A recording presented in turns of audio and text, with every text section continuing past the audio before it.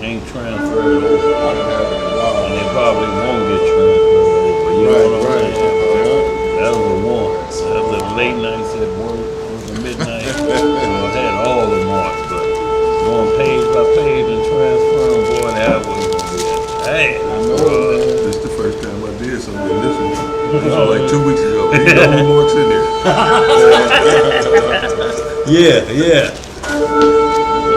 That's why I'm still flipping single pages. On my little one, that first one I had, Yeah. oh, it's so, it got marked everywhere. I still know where everything is looking at. But the word is just so small. Yeah, that tends to be an issue these days.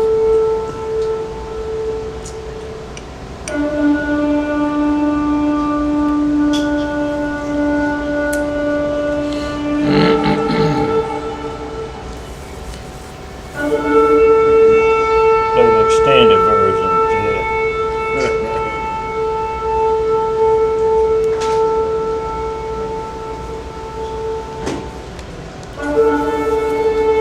Thank you, bro.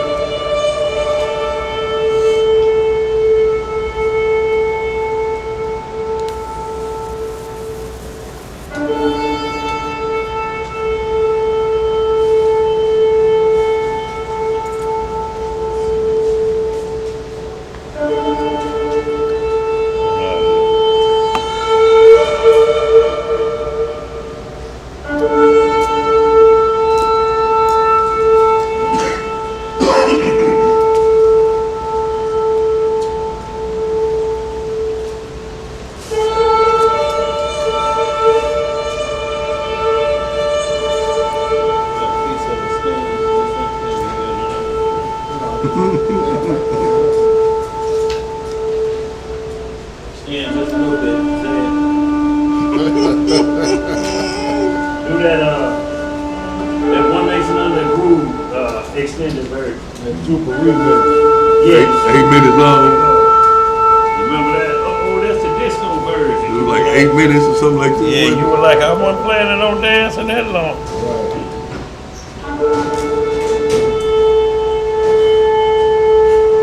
I looked up like, what? Come on, that's it. I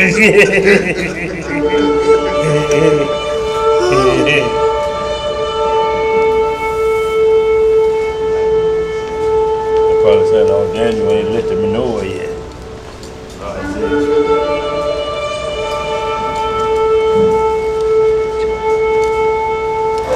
Now I'm gonna catch up, hopefully. 2 and 3, yeah.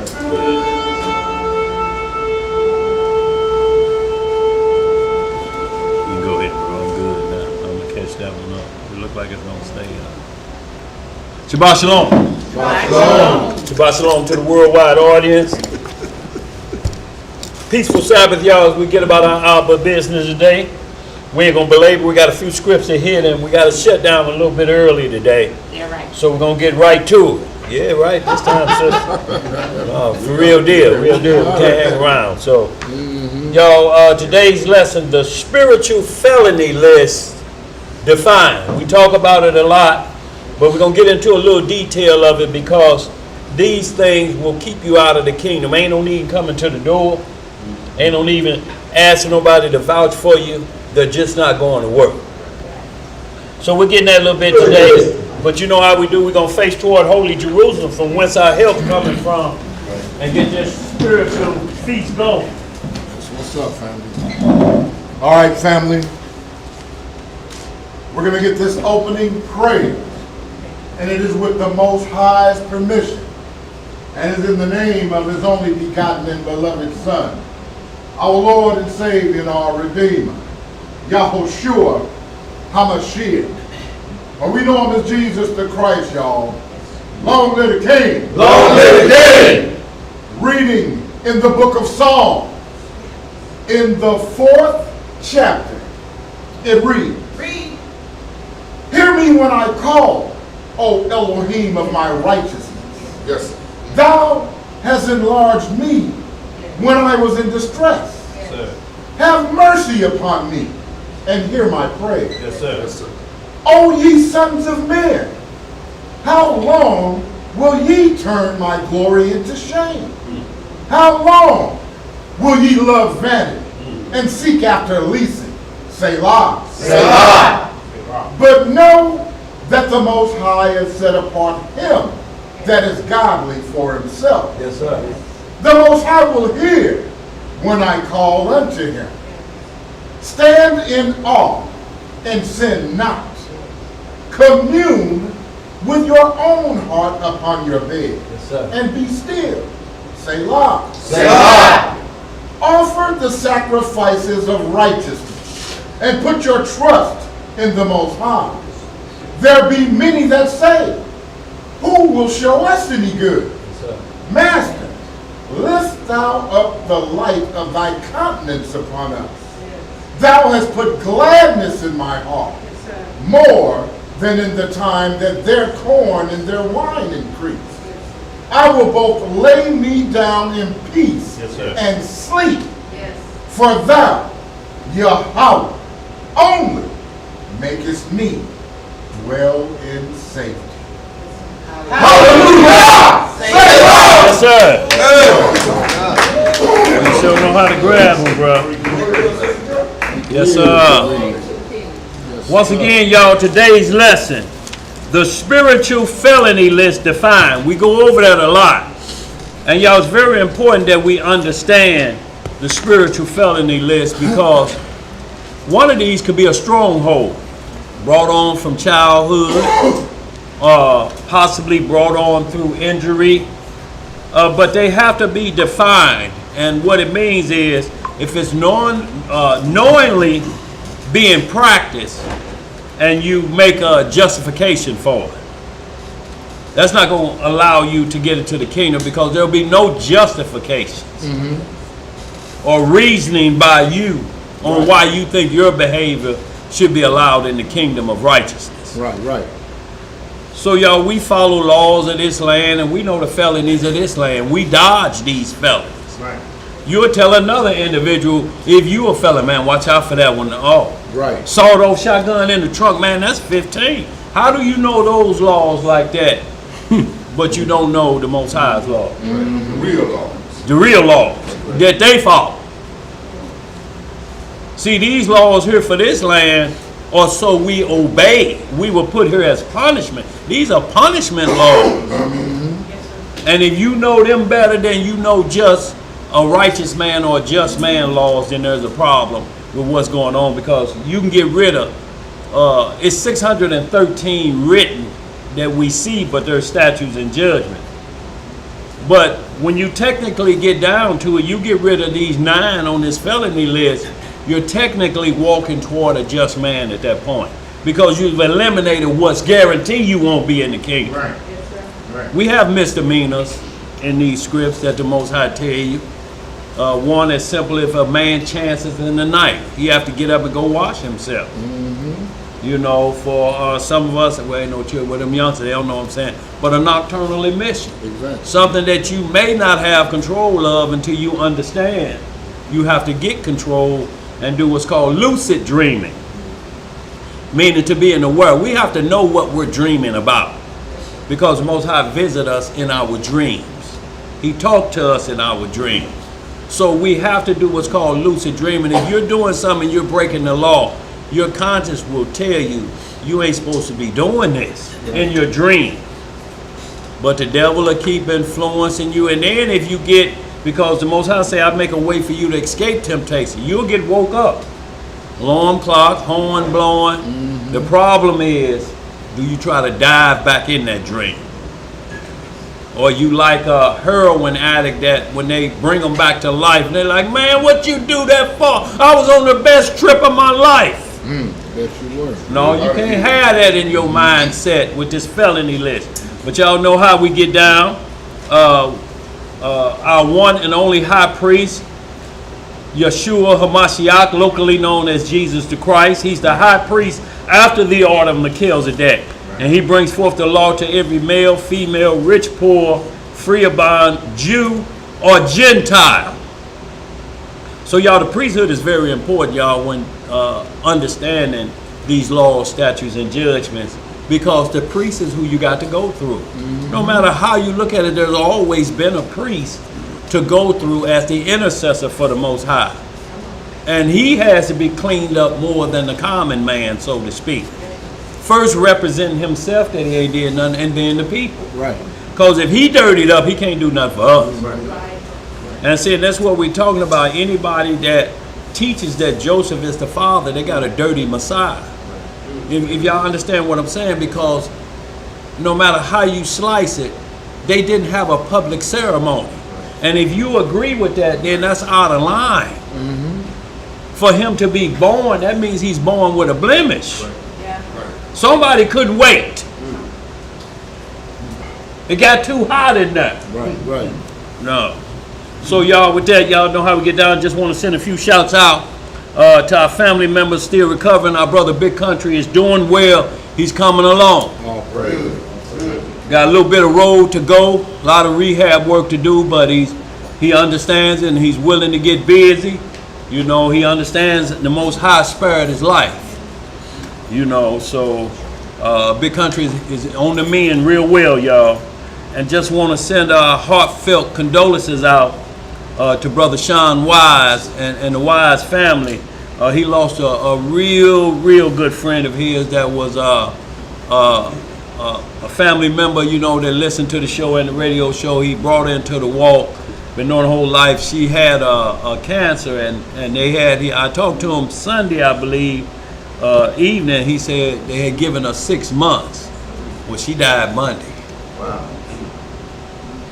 You know, 5 months, 29 days earlier than they thought. Right. Which no man know the hour, but y'all, that's what it is. Tomorrow ain't promised to us. The rest of the day ain't. Yes, sir. The rest of the day, and you're absolutely right, bro.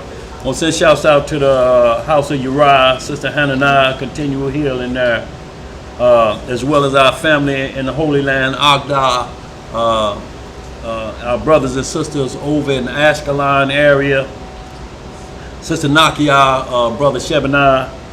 So y'all just want to send shouts out to them. Also, a happy belated soul day to Sister Crystal, the House of Skinny Black. Yeah. So y'all, I hope I haven't left anyone out as far as just giving a quick shout out. What you got right there?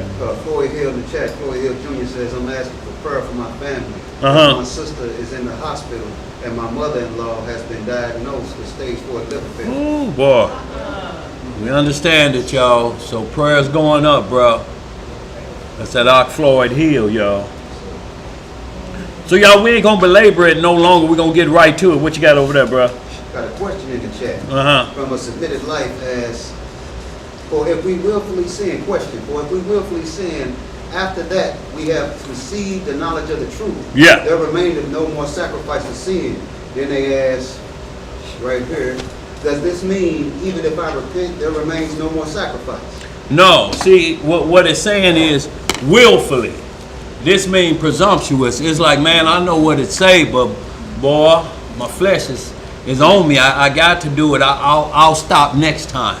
This will be the last time. See, it's when you get your mindset gets to that level. See, when he says he forgive you for sin, that's acknowledging. Like David, when Nathan came to him, put the parable to him, he like, what you do to this man? Oh, that man will be dead before the sunset. He like, it's you, David. Oh, Lord, have mercy on me. I'm falling into your hands. You judge me, not man. And when he numbered Israel, he did the same thing. He like, I done tripped. You know, and those type of things you don't go back to, but you fall. A just man fall down 7 times and he get right back up. Sometimes situations put you in to a situation where it may have you decide, man, I hate to do this, but you're acknowledging, you're not just willy-nilly and just saying, oh man, I ain't worried about that. You know, or like somebody said, man, God don't care about nothing about you eating that. You know, food is food. If you like doo-doo noodles, that's on you. God don't care. chitlins I'm speaking of, Moses. Right. Go ahead, yeah. yeah, go ahead, sis. I just want to ask prayer for Eric Robinson and his wife Monica, for the people's family members that died in that plane crash this past few days ago or days. Somebody you knew was on that flight? Huh? Somebody you knew was on that flight? No, just praying for the family Just members. that they find some comfort. And also Estella Brown and Gerondo Thompson. Just needing prayer. Yeah. Glad you mentioned their name, because you can't pray for them unless their And for name is you all mentioned. too. And also, go ahead, bro. All praise to the Most High, and only begotten Yeah. Son. But me and my wife and I want to thank everybody for your prayers, even my out-of-town family. Yes, sir. Thank y'all for your prayers for my family. You know, y'all nephew Davon Yeah. had a situation he had been going through for the last year. Having a situation. First, it started with him cursing in the house. Oh, yeah. His mama told him, I got word that his mama told him to stop cursing in the house 1 or 2 times. Yeah. Twice. So I said, when you come to class, and you know what I mean, so you can get some of that off for you, so you won't get kicked out the house. Right. Right, So right. come to class, so you can get some Long, understanding, you know. Right. And so he had been giving us problems, you know, in the house, and you know, all those Long, Uncle Levi. all those misdemeanors he had been racking up. Yeah. No felony, because I was waiting on the felony to come through. Yeah. But what I'm trying to say to Israel is, when you pray, you got to believe that thing is going to happen. Absolutely, so bro. Pray that young man would straighten his life out and stop running a ruckus in our house. Yeah. But our spirit of compassion got on us because we couldn't kick him out because Right. he had a situation with his ankle. Lawful, right, right. So we giving him some compassion, but if he had did any felony sins, we would have kicked him out. But all of them was misdemeanor. Yeah. But those misdemeanor felons can land your head crazy. You know what I mean? Absolutely. And so Absolutely. he ended up doing the streets, and the streets got on him. Yeah. Streets got on him. He ended up losing his temper in one of those restaurants. Yes, sir. Flash his gun. Yeah. Flash his gun. Yes, I'm sir. talking about y'all nephew, Davon. Yeah. Y'all family, we can talk about this. Yeah. Appreciate y'all prayers, me and my wife. Yeah. But the spirits got on him, and he didn't handle their situations right in them streets, and he got locked up. Uh-huh. So thank y'all for y'all prayers. And we're gonna keep praying for him, bro. Right. But what happens is a lot of times, bro, we can quit while we're ahead, or we can quit. See, he could have quit while he was ahead by being in the house, y'all tolerating everything. He could have quit while he was ahead and said, let me get my mind together. Now he has to quit. He's forced to quit because freedom's gone. So you're forced to quit. You quit now. Everything that he was doing out there is stopped. Forced to quit, and that's what you don't want to happen in this walk. And we're talking about sins that you knowingly know, and there's no more forgiveness or sacrifice for it. Because technically what it's saying is the Messiah's not going to die twice.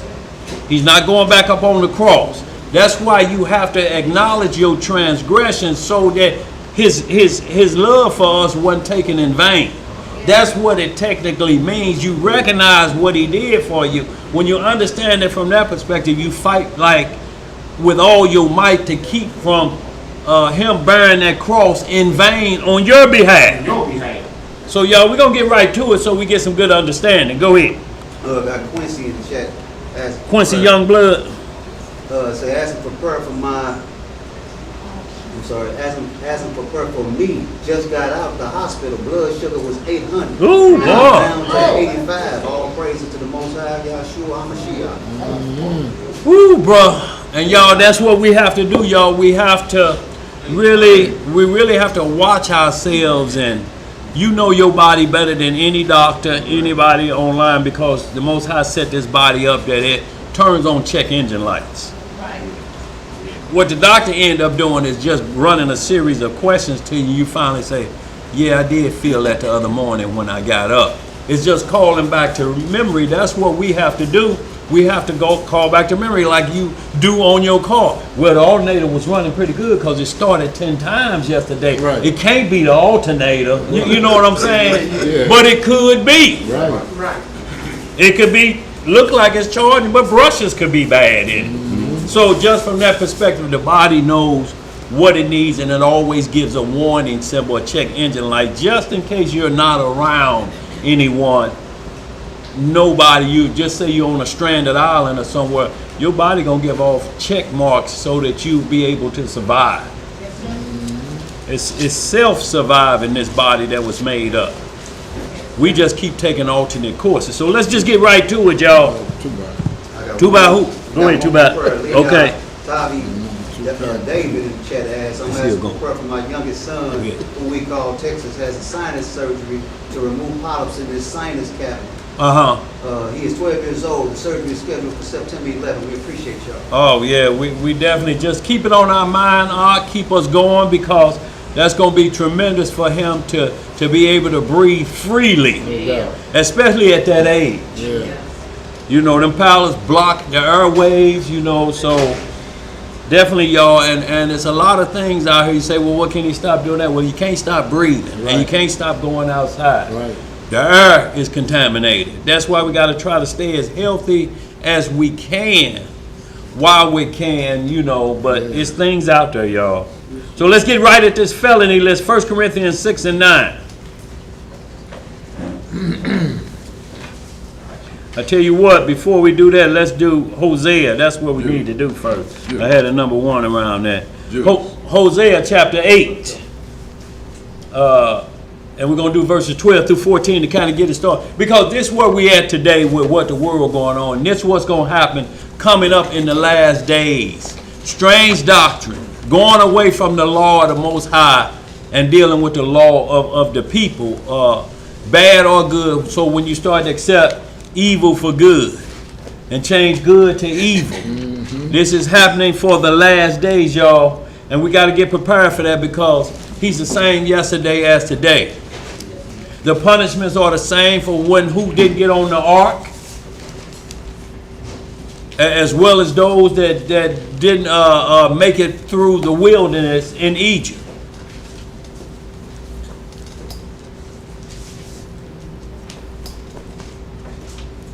All right, family. We're going to start the reading in the book of Hosea, chapter 8, and we'll read verses 12 through 14.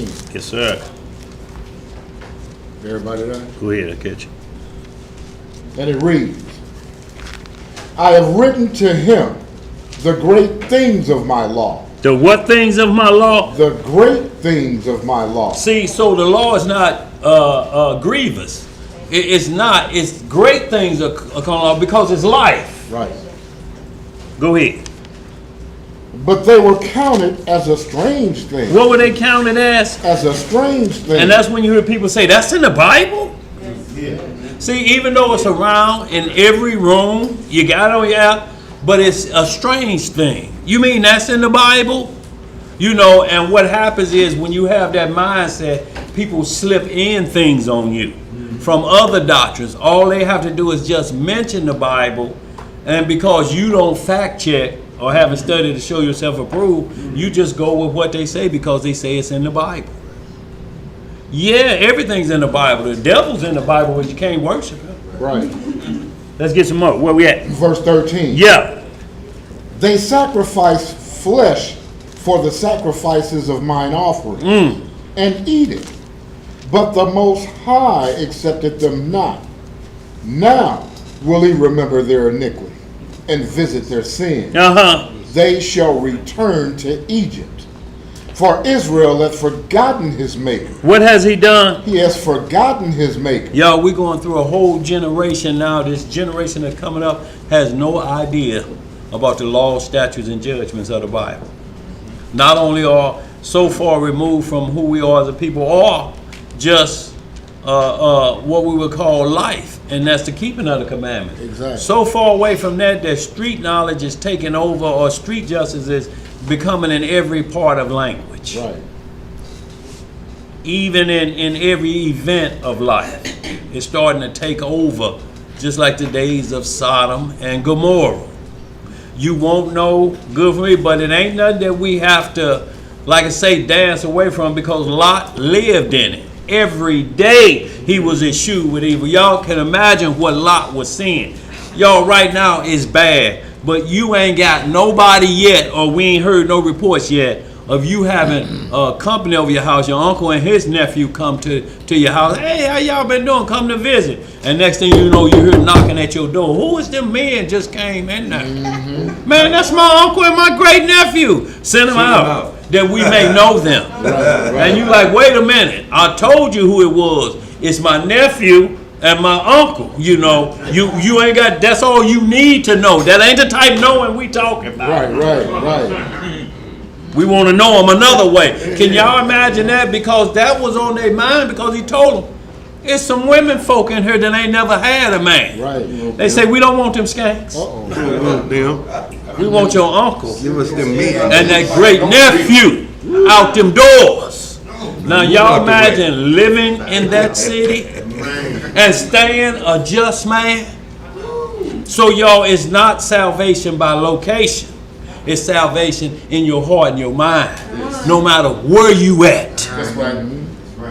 If you had to be in a wicked free place, well, what need is there for the law? You understand what I'm saying? I mean, you ain't got no worries. That's why he tell us, if we just hang around each other, what happens to the other people that's sick? A well man don't need a doctor. Go ahead, what you got, Mo? Brother Daniel, I can speak to this generation, the lawlessness of them, because I've Yes, been sir. people now 30 years and shit. Yeah. And it's like night and day when I started, like it is now. Yeah. They threaten us now. Yeah. Assault us now. Yeah. It's like they do things that they wouldn't have dared did today. Yes, sir. Today. So you know what I did to circumvent that? When I walked, if I'm up on the tombs and I got to walk that hall, and they threaten me, I go downstairs and get their address. Yeah. And I go back down the hallway. You look Yeah. 4885 car suit. Yeah. Yeah. You Yeah. threatening me and I know where you live. Right. Watch that, young brother. Yes, sir. See, Cause see, God fixed my heart, but my hands is loose. And y'all, when we understand it clearly, and that's why y'all, we have to be careful that those hands don't come back into play. Yeah. Because they just wait one time, you know, for it to trigger to the point that where you lose focus, but they'll do it, y'all. And what happened will cause you lose focus is when you're practicing to be a law-abiding citizen and you just got lawlessness all around you. It ain't hard though, y'all. What lawlessness has to see is law being kept Right. and performed and perfected. When they see it, because actually when they get in trouble, they'll make a beeline to you. Because they're looking for somewhere to get that heat off, because they're the same individual you are. It's just when they check engine lights come on, they don't turn it off. No. They just let more lights come on. Now the dashboard look like a Christmas tree on you. All the lights lit up. Let's get some more, y'all, because we got a few scripts we got to go over. Verse 14 from the top. Yes, sir. For Israel hath forgotten his maker, and buildeth temples, and Judah hath multiplied fenced cities. But I will send a fire upon his city, and it shall devour the palaces thereof. And we have to understand, y'all, that this is what will happen once we lose the law, because we're becoming an outlaw. We're trying to become law-abiding citizens of the kingdom, and you have to practice that first. That's just not going to happen overnight. You ain't going to get there and then this get to be practiced. Right. If we can't get it right now, we ain't going to be able to get it right then. That's why he said, I'm going to prepare a place. But that has to be for a prepared people. That's right. People that's gotten their heart and minds right, ready to enter their end. Like any other thing that everybody you go to an event, you don't want no foolishness. Everybody good, you know, what they say, Uncle Junior, no, Uncle Junior ain't coming. We told him. If you can't get your mind, once you start cussing, we just drove off. Good, that's a good thing. Don't have to worry about Uncle Junior. Hopefully, next event, he'll get his mind together. Did we finish that, bro? Yeah. Okay, y'all, let's get right. So what we want to do, put this down for homework, but we're not going to go through that whole chapter. Ezekiel 18 matches up with 1 Corinthians 6 and 9. We're going to 1 Corinthians 6 and 9. But Ezekiel 18, read it on your own time. It's the statutes and the judgments of what we're just about to read in 1 Corinthians 6 and 9. So let's go there. 1 Corinthians 6 and 9, and we're going to look at this felony list, and it's got to be defined, because we say it a lot, but until we get into what it is, so that you won't be thinking certain scriptures mean certain things. Like every fine or charge has a personal law for it and ordinance. like sacrifice to Molech is not abortion. There's two different things. One is a mistake, getting rid of a mistake. The other is we prepared for this. I rubbed at my wife's stomach every day for 9 months saying this would be a great sacrifice to Molech. That's different than I thought you was on the pill. Or I thought you had protection. Right. And then we got a baby. So you go get rid of it. And you know, Mark Wahlberg had something that got the internet on fire. Y'all know that actor, the one actor dude, is that his name, Mark Wahlberg? He said he's having a problem understanding when women call men that don't take care of their children a deadbeat dad, but yet it's pro-choice about you with that baby that you may want to get rid of. See, so these are the type of things you have to get into when those type of questions pop up, so the judgment don't go left field or right field. Y'all understand? So basically what he's saying, if I don't take care of my child, that I basically have no control over, you got it, I'm a deadbeat dad. But if you decide, no, I don't want this baby, I'm gonna get rid of it, it's called pro-choice. Do it make sense? See, y'all, let's get some up. Where we at? The book of 1 Corinthians, chapter 6. Let's start the reading in verse 9. Yes, sir. And it reads, Know ye not that the unrighteous shall not inherit the kingdom of Yahweh? See, and that's a question, you know, he's asking you. Do you know this? That the unrighteous. Right. Go ahead. Be not deceived. Be not what? Deceived. Neither fornicators. Neither who? Fornicators. So we'll get into the many aspects of that because there's a long laundry list of different types. It's just not straight across the board. Go ahead. Nor idolaters. Nor adulterers. Yeah. Nor effeminate. Right. Nor abusers of themselves with mankind. Nor abusers of themselves with mankind, y'all. That goes a long way into a lot of detail. Abusing yourself for mankind. That's all them TikTok challenges and different things like that. You know, abusing yourself. Yeah. Sadomasochistic. All of that and all of that. Yeah. Sex bondage and all of that type of stuff. For quick gratification. You understand what I'm saying? Go ahead, bro. Verse 10. Yeah. Nor thieves. Nor covetous. Nor drunkards. Nor revilers. Nor extortioners shall inherit the kingdom of Yah. Now, verse 11 is what we really pinpoint on. Go ahead. And such were some of you. But ye are washed. See, the difference that tells you as such were one of you, but you've been washed. Right. See, that's the key words. You have to be washed for it to work. And the word washes you clean because it adds the truth to the matter. That's what washes you. So it's not saying some of you and y'all just gave that up. No, you had to be washed of that filth. Go ahead, bro. But ye are sanctified. But ye are justified in the name of the Most High Yeshua, and by the Spirit of our Elohim. See, so what it's telling you, this what justifies you, the belief in Messiah, that he's sin free, that he's the intercessor, and that washes you. If you don't believe that, you walking around dirty. You just a dressed up pig. Like a pig with silk garments on and a big earring and nose jewels, and he fine taking all the pictures with the blue ribbon, but as soon as the camera starts flashing, he go dive into that mud pile. Right. With all that on. Okay, this next verse, go ahead. Verse 12. Yeah. All things are lawful unto me. See, all things, and what this means is there's no, can't let come out of your mouth, oh, well, that's not a salvational issue. All things are lawful. From Genesis 1:1 to Revelation 22:16, is it? All things are lawful for me. But go ahead, what else to say? But all things are not expedient. All things are lawful for me, but I will not be brought under the power of any. So we can hold that. What it means is all things are lawful. We can't change the law. The law ain't gonna never change. He said, I'm the same yesterday, today, and tomorrow. So the law don't change at all. Now, people conditions, there's amendments made for that law, but the law don't change. Like when we just read, no thieves. Well, Proverbs 6:20, or is it 20 and 6?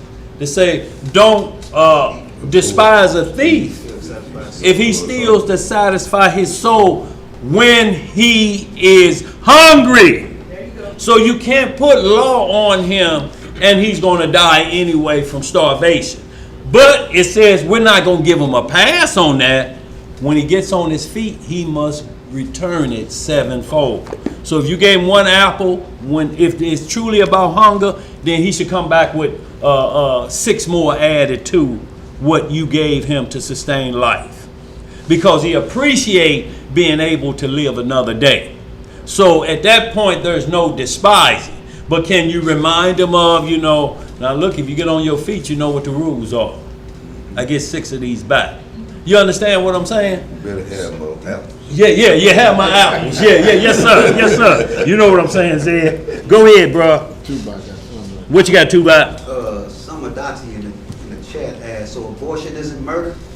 And look, those are the lines that we're talking about.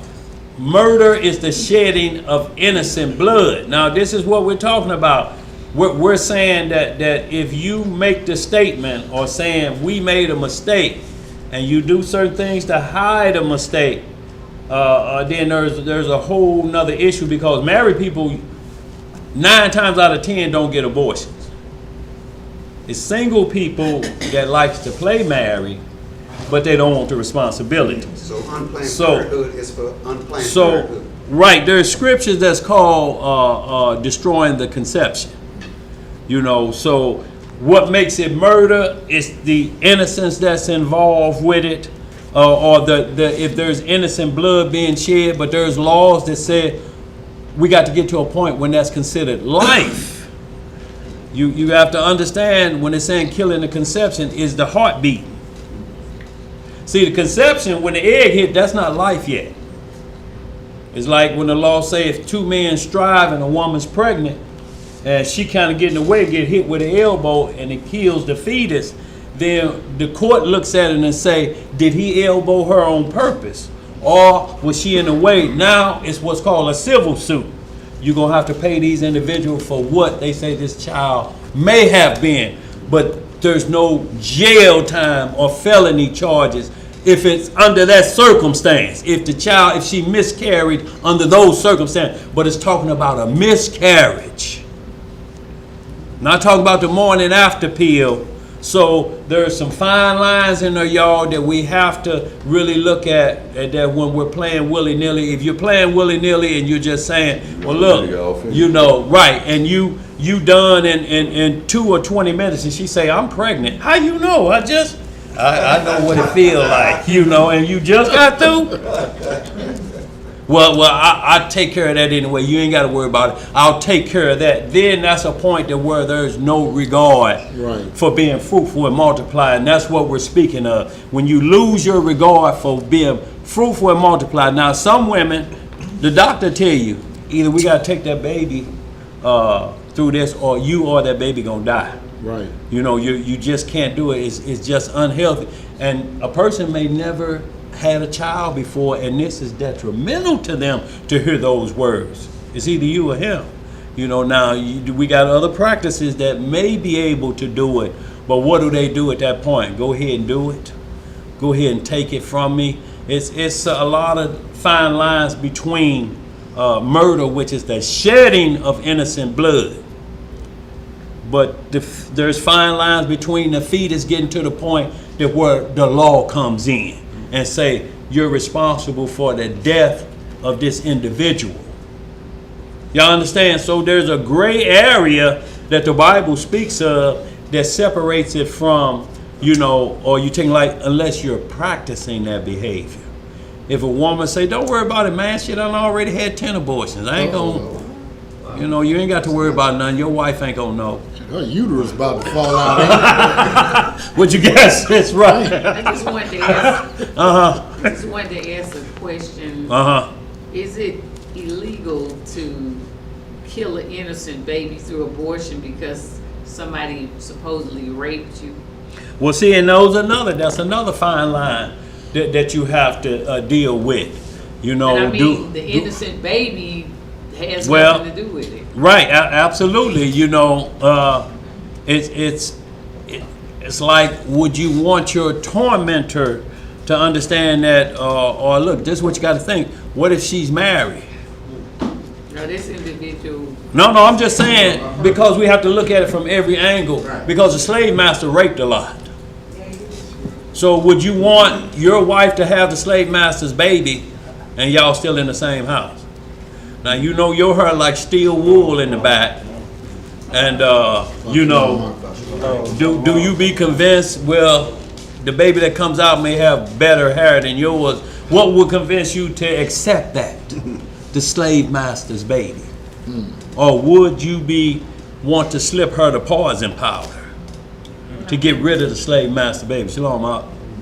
Right. Y'all understand? So, but I see what you're saying. But look, this is what we have to do. We have to come down to understanding, or did you make a mistake? Because you have to understand, the law of the Bible has become a strange thing. If they legalize it in a state, an individual may not know they're sinning against the Most High.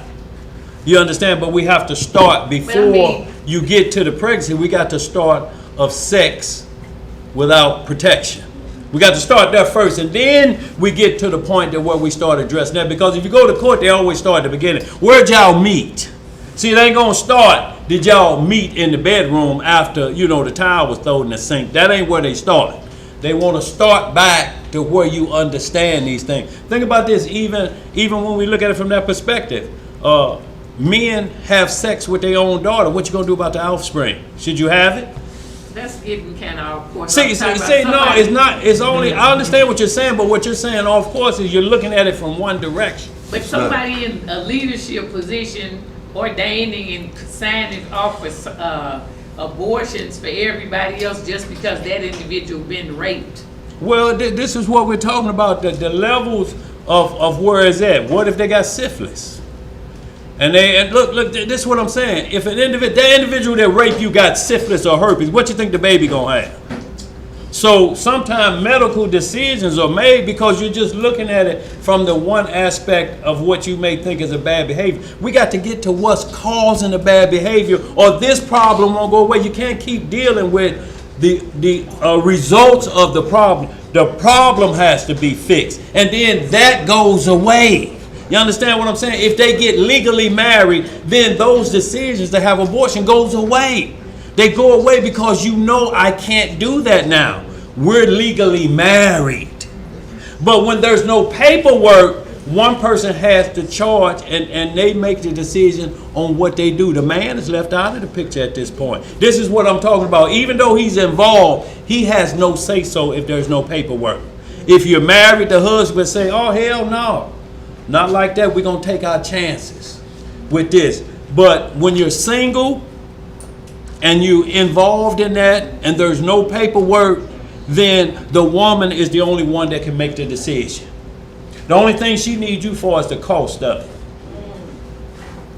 I'm just still saying the point, it didn't go way out there. If the individual was raped and chooses to abort the baby. You're asking, is that legal? Then get in a position and condoning alongside of everybody else signing off for abortions for everybody else. Listen, I understand what you're saying. You're saying this individual was raped, and so now she's saying abortion is legal to her.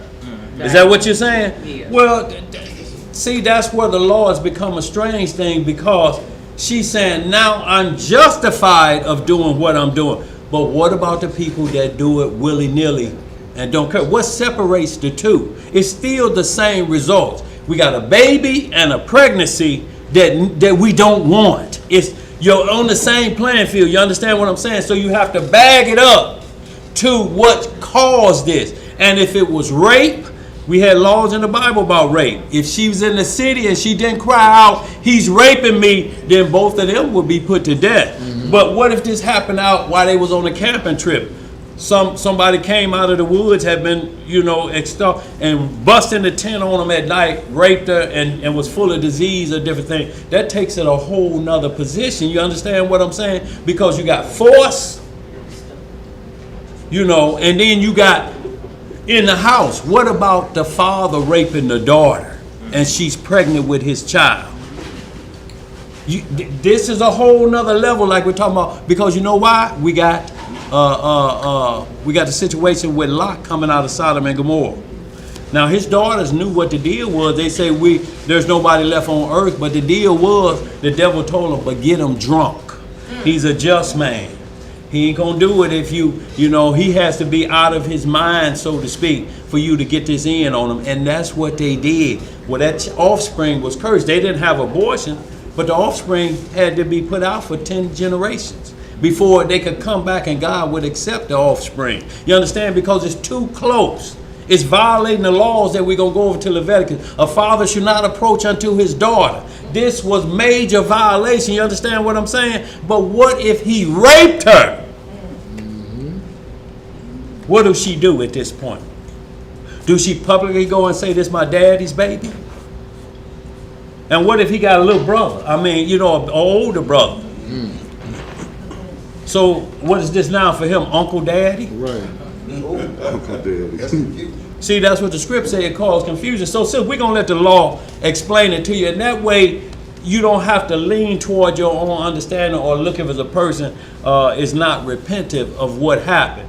Because every action is a reaction, but we have to start at the beginning. There's nothing in here that the Messiah don't go back to the beginning on every transgression. He said, you have heard. It was said at the what? At the beginning. We must go back to the beginning of every subject matter so that we can give a fair outcome. If we don't, we're going to label it what it is. You'll just say, oh, well, that's sacrifice to Molech and killing the conception. Yeah, we got scripture that say about killing the conception. It's on the lines of suicide. If you commit suicide and say you take your life because of an error, it's going to be some problems on Judgment Day. Because you're deciding this how I will fix my error instead of repenting. Exactly. I'll just kill myself. That'll fix it. No, it fixes it for you right now, but you still got to deal with this later. Y'all understand what I'm saying? Mm-hmm. So let's get back to it, y'all. We got to get caught up. Where we at? Baruch. We're in the book of Baruch. That's in the Apocrypha. If y'all got the Apocrypha or just PDF, y'all on them smartphones. And y'all, we're going to run Baruch, and then we'll get into the laws that we're speaking of. See, and this is what's happening, y'all, why the confusion is there on what certain sins are, Because if we start looking at certain sins, what we're doing right now, and we know in our heart that I know that's wrong and I did it anyway, right, we technically should be dead. Mm-hmm. See, we'll accept that. Mm. You understand what I'm saying? Yeah. See, so it's not so much as when people are signing on to different things, they're trying to amend the law, not with leaving the punishment there, but amending it to the point that where good becomes evil or evil becomes good. Mm-hmm. And what happens is it can make an individual go do it again. Now, if go ahead, Emo. So, isn't that what they're trying to say now? It's called Roe versus Wade. There it is. That's what we're technically talking about, and the lines are long about every situation that an individual could be brought in. But look, this is the problem. The law is going to punish you first about getting together, and there's no power of protection before you ever pull your underwear off. Y'all understand? If we don't deal with that first, we're not dealing with the law of God. Because you don't know how to stop it before it gets started. Y'all understand what I'm saying? Mm-hmm. Let's get caught up, y'all. We'll get some understanding. I tell you what, we'll come back to the Baruch. Let's get right into Leviticus, into the law of this. And then we'll go to Baruch, and it's going to tell us these are all the laws we broke to be brought here. Leviticus 1. We're going to start in the 18th chapter. Is that what I got? We're going to start at 17. I'm sorry. 17. Yeah. 17th chapter, y'all. That should have been on there. Yeah. Shalom, sis. You got to burn out because we're going to hit this. It's going to give you some good understanding. Emergency, okay. We'll look at the class online, sis. Okay. We'll give you some good understanding on this 16? We're going to, Leviticus 17th chapter. 17. And y'all, we're going to get into the law. And the law, the only thing that's changed different is the priesthood.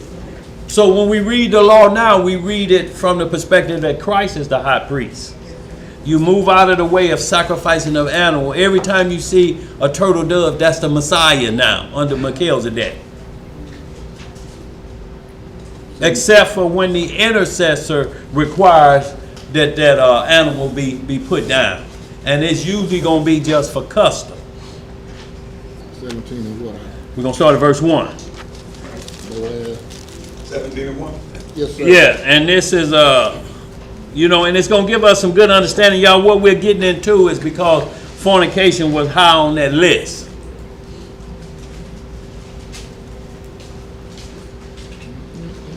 Leviticus chapter 17, verse 1.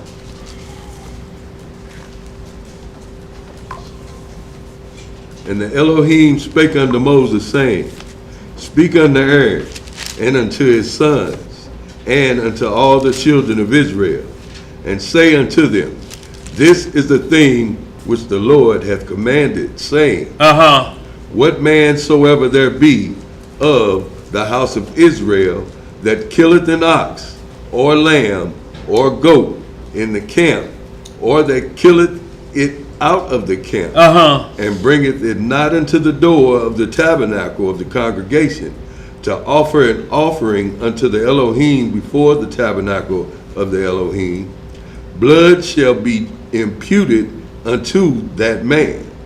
He has shed blood, and that man shall be cut off from among his people. See, so now we're into killing animals illegally, or if you kill an animal illegally and you're doing it for a sacrifice, like if you driving and you hit some roadkill, and you decide, well, I ain't gonna give them my good living one, I'll just throw this one on the altar. Right.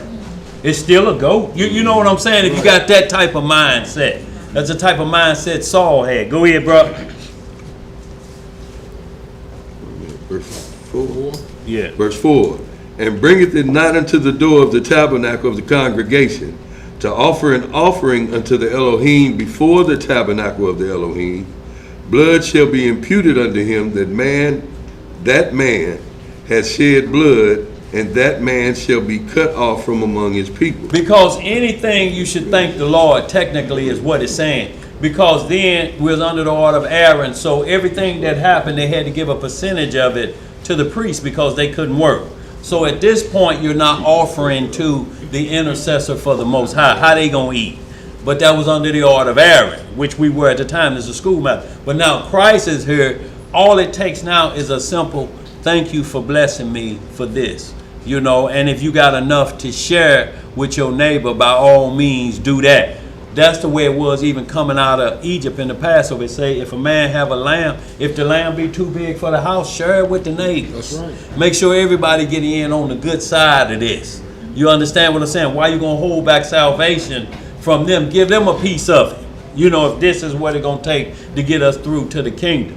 So that's what it's trying to teach us as well, that everything you get or you're able to do, you thank the Most High for it. It's through your blessing. Even if you say that, he know you at least thinking about the law. Right. Go ahead, bro.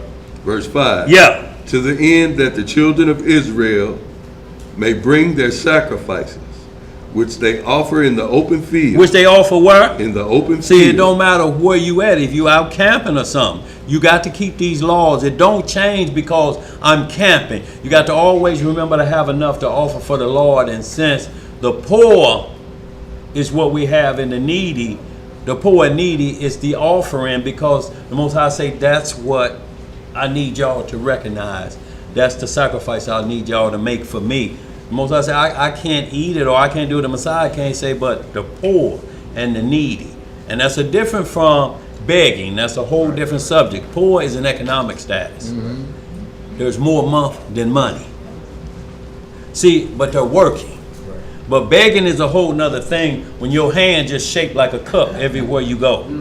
See, that's a problem, You're at the birthday party. It ain't your birthday, but your hand shaped like a cup. You opening gifts. Yeah, you opening the gift. Yeah, I know some was for me. Right. Go ahead, bro. Even that they may bring them unto the Lord, unto the door of the tabernacle of the congregation, unto the priest, and offer them for peace offerings unto the Lord. See, y'all, this is what it's talking about, a peace offering. You know, if I know that brings peace to me, that I've at least acknowledged the Most High. You know, I said, thank you for this. You know, and a lot of times we pray for the food before we eat. And ain't nothing wrong with that. Thank you for the hands that were prepared. But technically, y'all, we supposed to pray after we've eaten. And because if you pray before you eat, you could be a glutton. And then if you like this, Lord have mercy. Anybody got a Tom's? Who got a Rolex? Anything? Oh, Lord. Over a meal? Rolex, yeah, you know what I'm talking about. Yeah, you know what I'm talking about. You know, you begging for that. If you're begging for that and you've already thanked the Lord and you went right into gluttony, you're just I guess basically what you're doing is like presumptuous sinning, so to speak. You're just saying, I'll say thank you, Lord, but I'm finna get busy. You understand? Right. So we don't want to get into that mindset. So when it say when you are full and satisfied, that means that you know you can't take any more in. You know, you at that point and you like, Lord have mercy. When you pick your teeth and say, Lord have mercy, you're satisfied. You understand what I'm saying? There's no gluttony. There's no belching up like you done belched a bad White Castle. You know, none of that. You're satisfied. You like, that meal was good. That was wonderful. But when you overdo it, gluttony come into play. Can we read that? Deuteronomy, yeah, let's get that. Let's get that. So that's what I want. Deuteronomy 8th chapter. Let's get that, y'all. And y'all, this is what we're just speaking of when thou art full. Ain't nothing wrong with that, Lord. Thank you for the meal we're about to receive.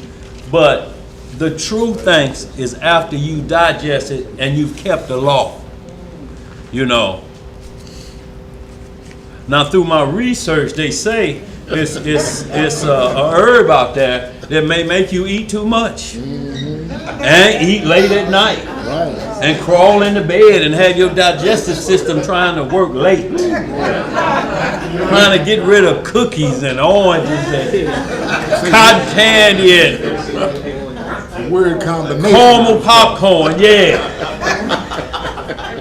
Boy, that's Yeah. That's a good tacos with lunch meat in them. Tacos with lunch meat? Yeah, 11:45.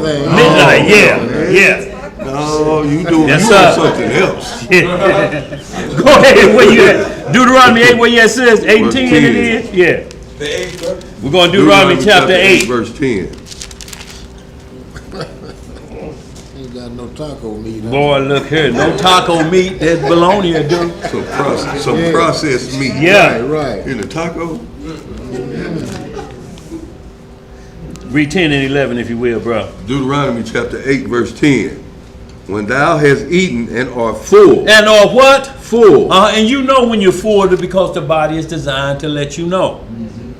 You know, it'll tell you right full because you'll be trying to belch and you can't. But when you do get it belched, that don't mean go for round number 2. Right.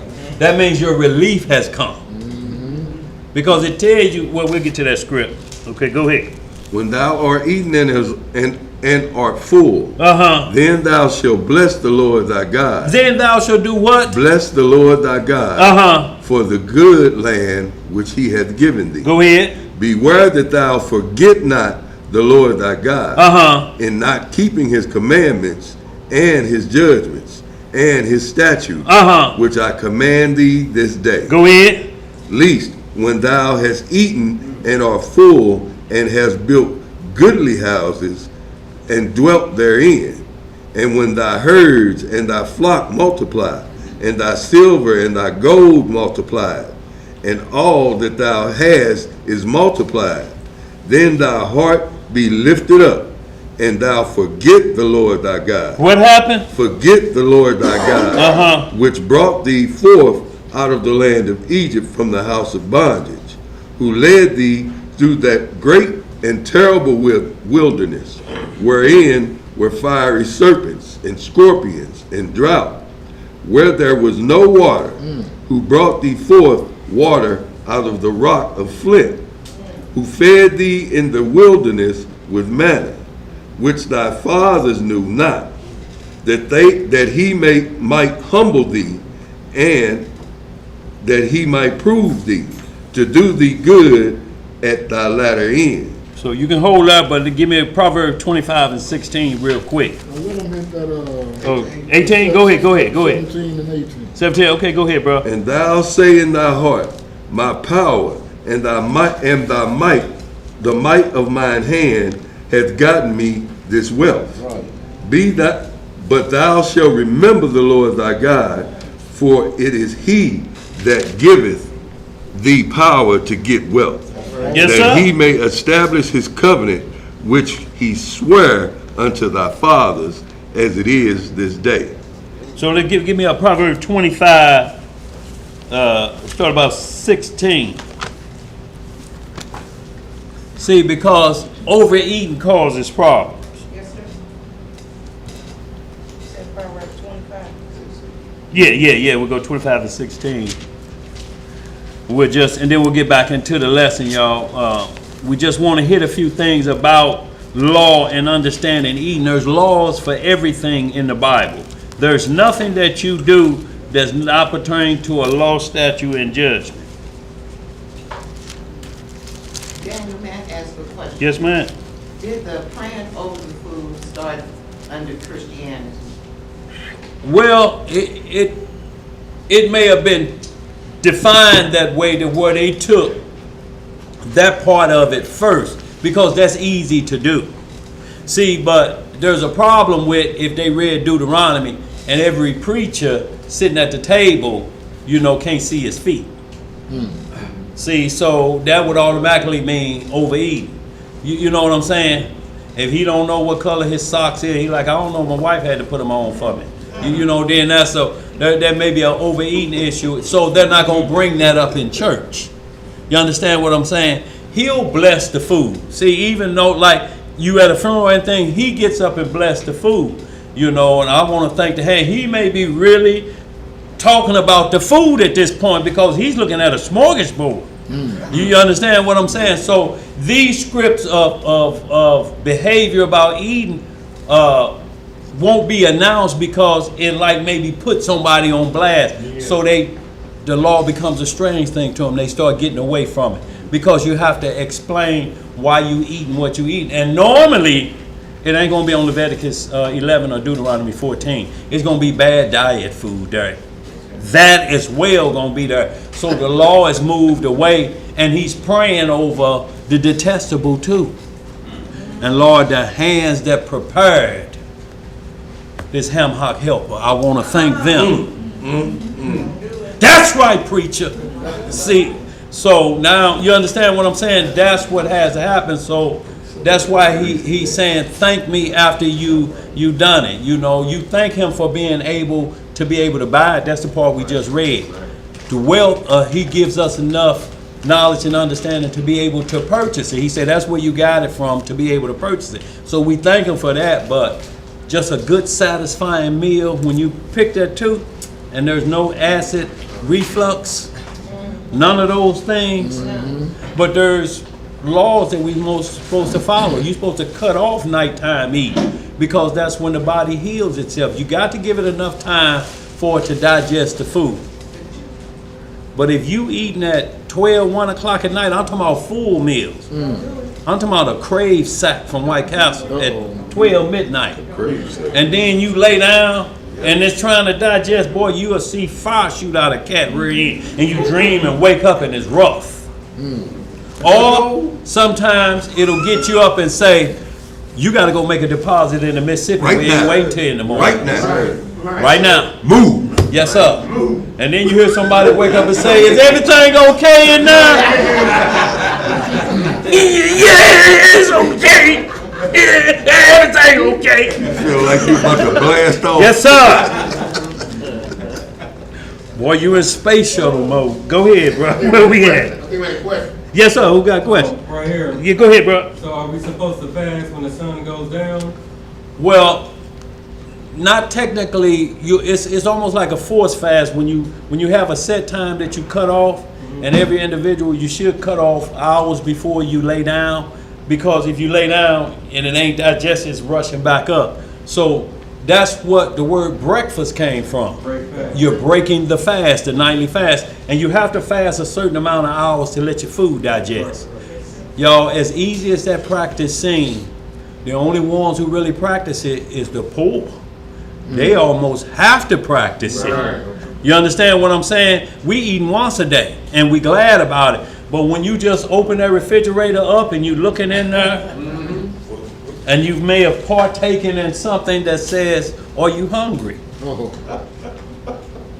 Don't that lasagna look good and it's 1:45 in the morning? I'm not sleepy. Well, I'm not sleepy yet. Chewing like this.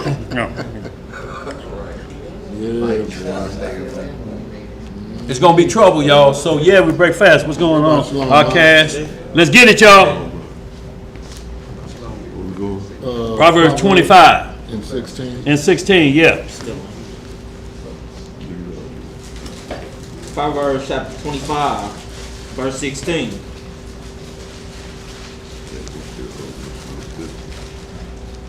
All right, Proverbs chapter 25, verse 16. Yeah. Hast thou found honey? Eat so much as is sufficient for thee. Is what? Eat so much as is sufficient for thee. Lest thou be filled therewith and vomit it. See, so look, honey is supposed to be everlasting. It symbolizes everlasting life. Milk symbolizes nurturing. So if you vomit it everlasting, you taking on too much.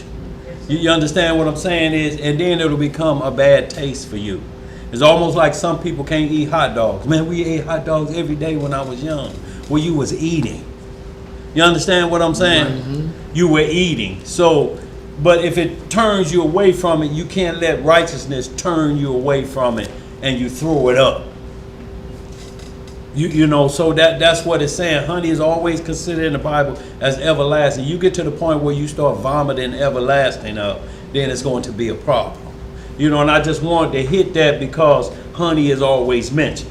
And look, honey is the only food source on planet Earth that never spoils. It could be 3,000 years old. It'll taste just like the jar was open. It never spoils. That's why it's considered milk and honey. Milk just for nourishing you up, to bring you up old enough. That's why you can't give a baby honey under, what is it, 6 months or a year? A year you can't give a baby honey. It's too much for them at that point. You're giving them adult food, so to speak. You understand what I'm saying? That's like giving a newborn a chicken leg. Here, just gnaw on it. What was the food given to the children of Israel in the wilderness? It was manna. Manna bread. And something else. And quail. And look, very good point. I'm glad you brought that up. Excellent point on same spirit. They ate so much of that, it was coming out of their nose. Right. See, this is what we're talking about. They said, we don't have anything to eat. Now, why we love chicken, I just don't know. But all the other nations know we love it. They say fornication and chicken. If you get them two together, you can work them over. Right. But the first thing he gave us was manna bread.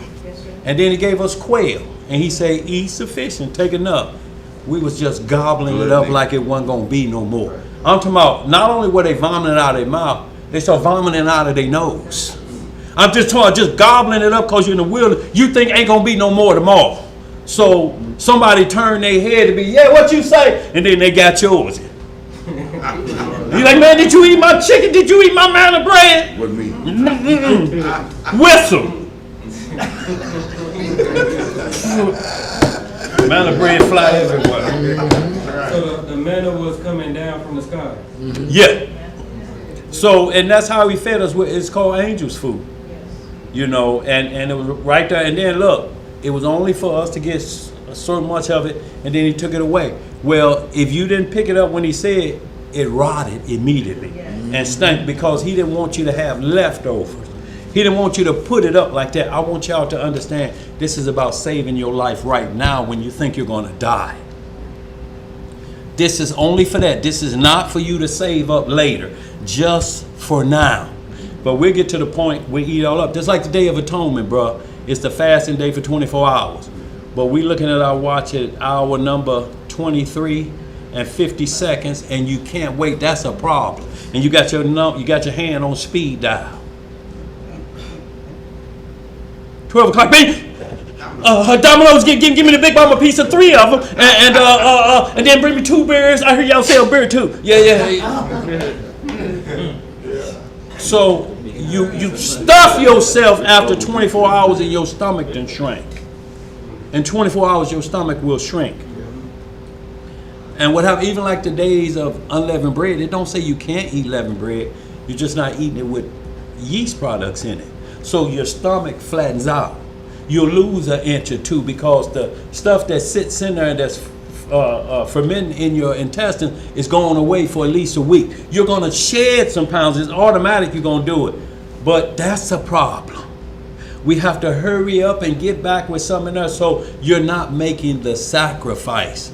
All you're doing is, well, they say we're supposed to do that tomorrow. That's not keeping the law. That's like making the law grievous to you. Y'all understand what I'm saying? Because you're only looking at it because we have to. Man, we can't eat bread. Right. It didn't ever say you couldn't eat bread. You're just eating bread with no leavening. For 1 week, you're eating hot water cornbread.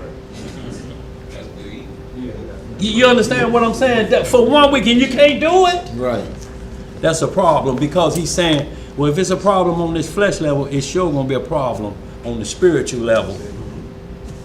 Because I'm telling you, you can't get to the kingdom unless you get rid of the leavening of the Pharisees. Mm-hmm.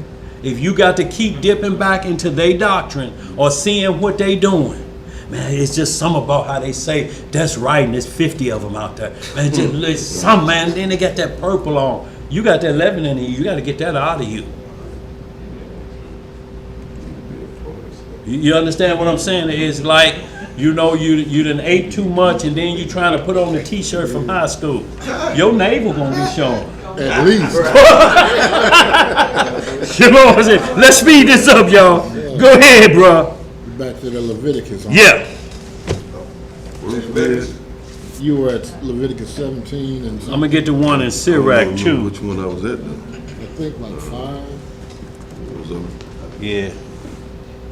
Well, you know we getting old. You're going to have to do that keep your finger on the thing. Well, shoot, we went to about 4 different scripts.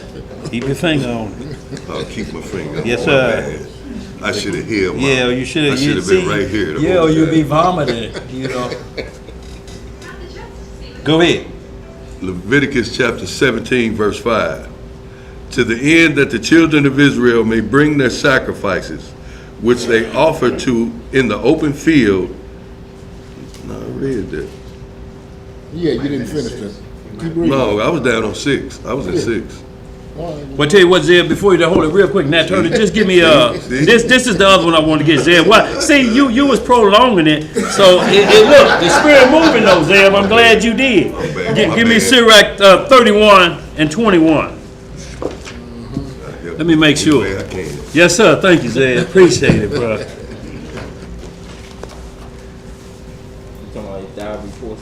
Yeah. So that's what I'm talking about. Is that 31 and what? You need to back it up? Yeah, I'm gonna back it up. Okay. So y'all, this is what I'm saying because there's statutes that answer all the questions to every area. You got the law, then you got statutes and judgments that explain every law from every particular situation. Like the law, be fruitful and multiply. What if ain't no fruits? What do we do then?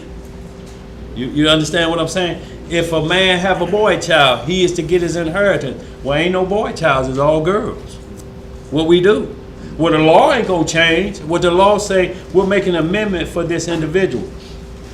His daughter has to marry out of the same tribe. And then that offspring will give inheritance to her father because he don't have no son. But if she can't find a Judite to still give him a grandson, she can go get one of the other 11 tribes. But if it's a Reubenite, the inheritance gonna go to his father though. You got a grandson, but you still, a son so to speak, but you still, you know what I'm saying? it's still the inheritance is going to a different side of the family. So there was rules to make sure that the law stayed in place, that we don't change the law to work for us or accuse anybody of the law that don't fit them. You know, we're just hurling charges on individuals. We can't just hurl charges, y'all. Go ahead. I'm starting at 16. Okay, he's in Sirach 31. Yeah, Sirach 31, verse I tell you what, start at verse 12. That's where it's at. Yes, sir. I just was afraid. Yeah, this is the one. No, look here. He ain't gonna go to verse 1. He out of verse 1 now, you know. No, see, look, if it wasn't his turn to read, see, he's still waiting, so he ain't gonna go back too far. Go ahead. Alright, Sirach chapter 31, Yes, sir. verse 12. Yeah. If thou sit at a bountiful table. What kind of table? A bountiful table. Yo, it's everything set out. When you tell somebody, man, it's set out. You don't have to explain what's on the table. When you make that call and you say it's set out, immediate a vision come in your mind on everything's there. Right. Go ahead. Be not greedy upon it. Be not what? Greedy upon it. And want a little sample of everything. Right. Yo, we had to stop that at the Passover. You know, we had to get certain individuals, we had to explain to them serving measures, because a parent will see everything that they want and put it on their child's plate. That child ain't gonna eat all that. That's enough plate for 2 menses. That baby ain't gonna eat that. Yeah, go ahead. And say not, there is much meat on it. What they say? There is much meat on it. Uh-huh. Remember that a wicked eye is an evil thing. What is a wicked eye? An evil thing. Uh-huh. And what is created more wicked than an eye? Therefore it weepeth upon every occasion. Stretch not thine hand whithersoever it looketh, and thrust it not with him into the ditch. See, every time somebody else go in there, you go in there. You know, they take a bite, you take a bite. You want it to be a fair buffet. Right. Go ahead, bro. Verse 15. Yeah. Verse 15. Yeah. Judge of thy neighbor by thyself, and be discreet in every point. Eat as it becometh a man. Eat as it becometh a man. I can't eat what you eat if you 70 pounds more than me. Right. If I try to keep up with that, it's going to be a problem. Right. Go ahead.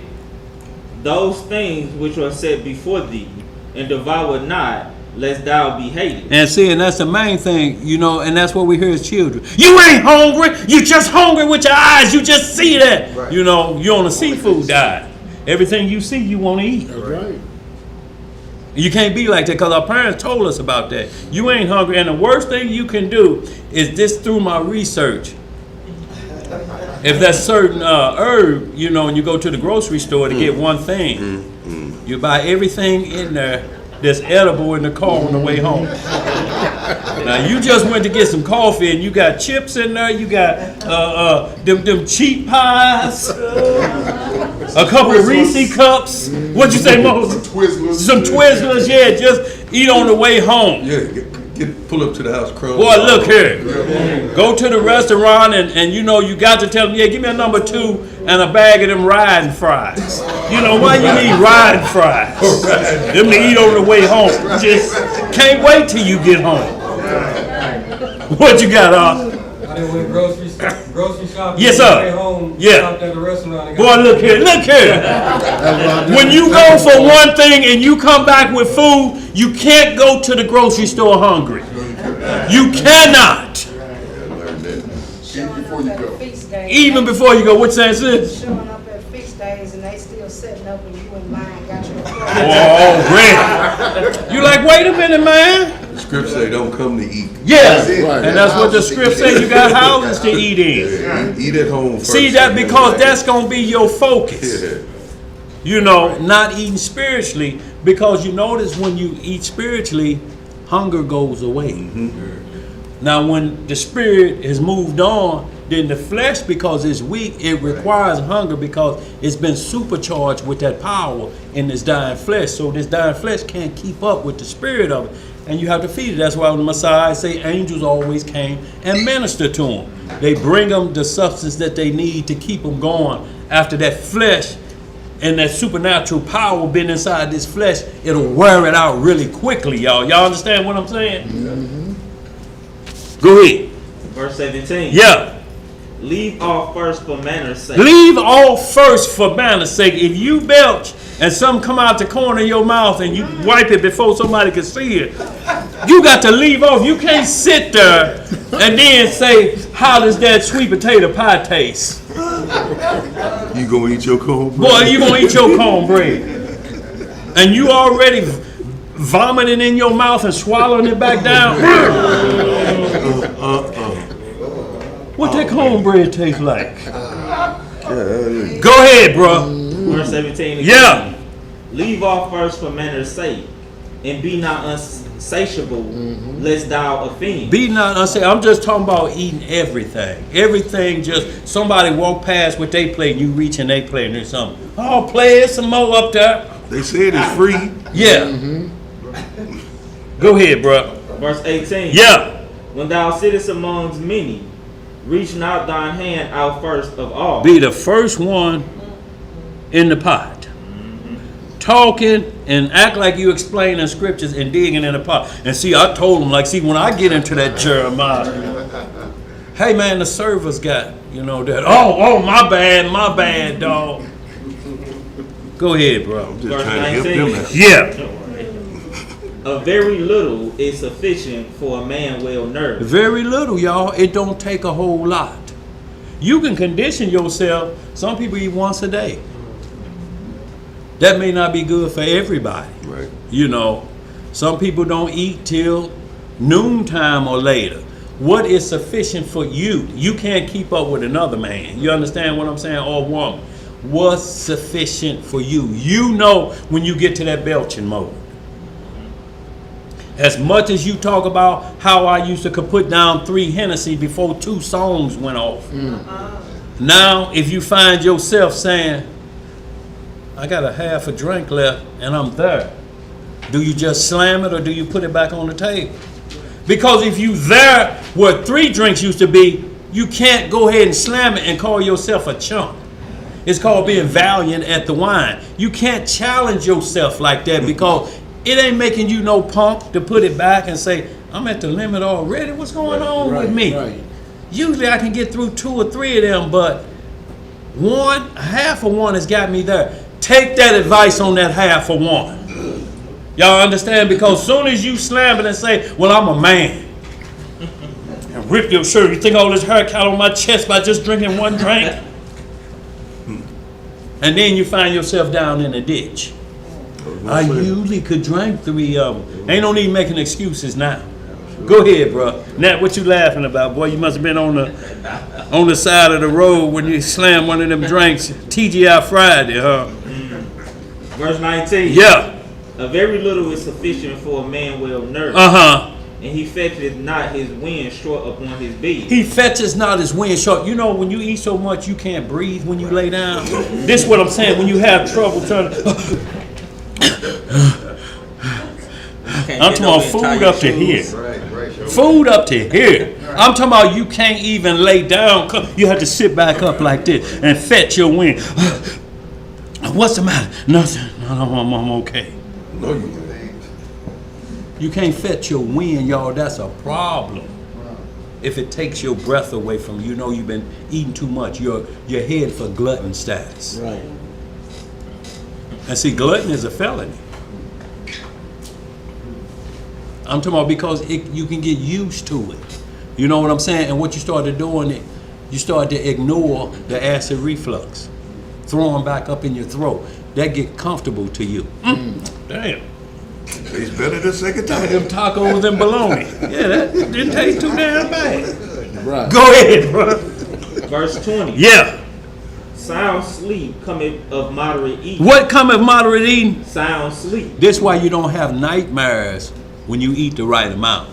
When you don't, you're going to toss and turn and be kicking because your body trying to rest and is working at the same time.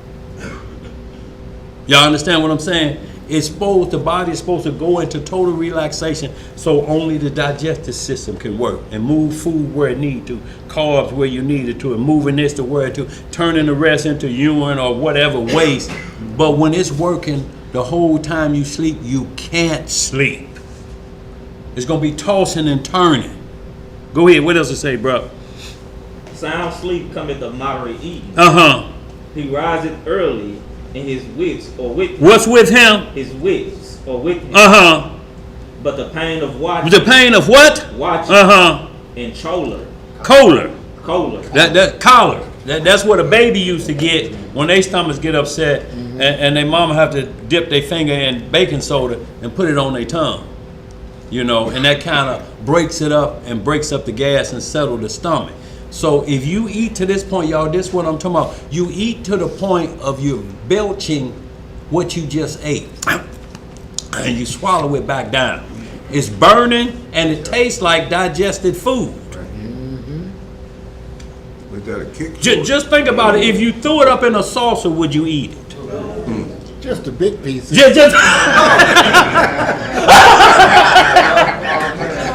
you could. Go ahead, bro. Go ahead, bro.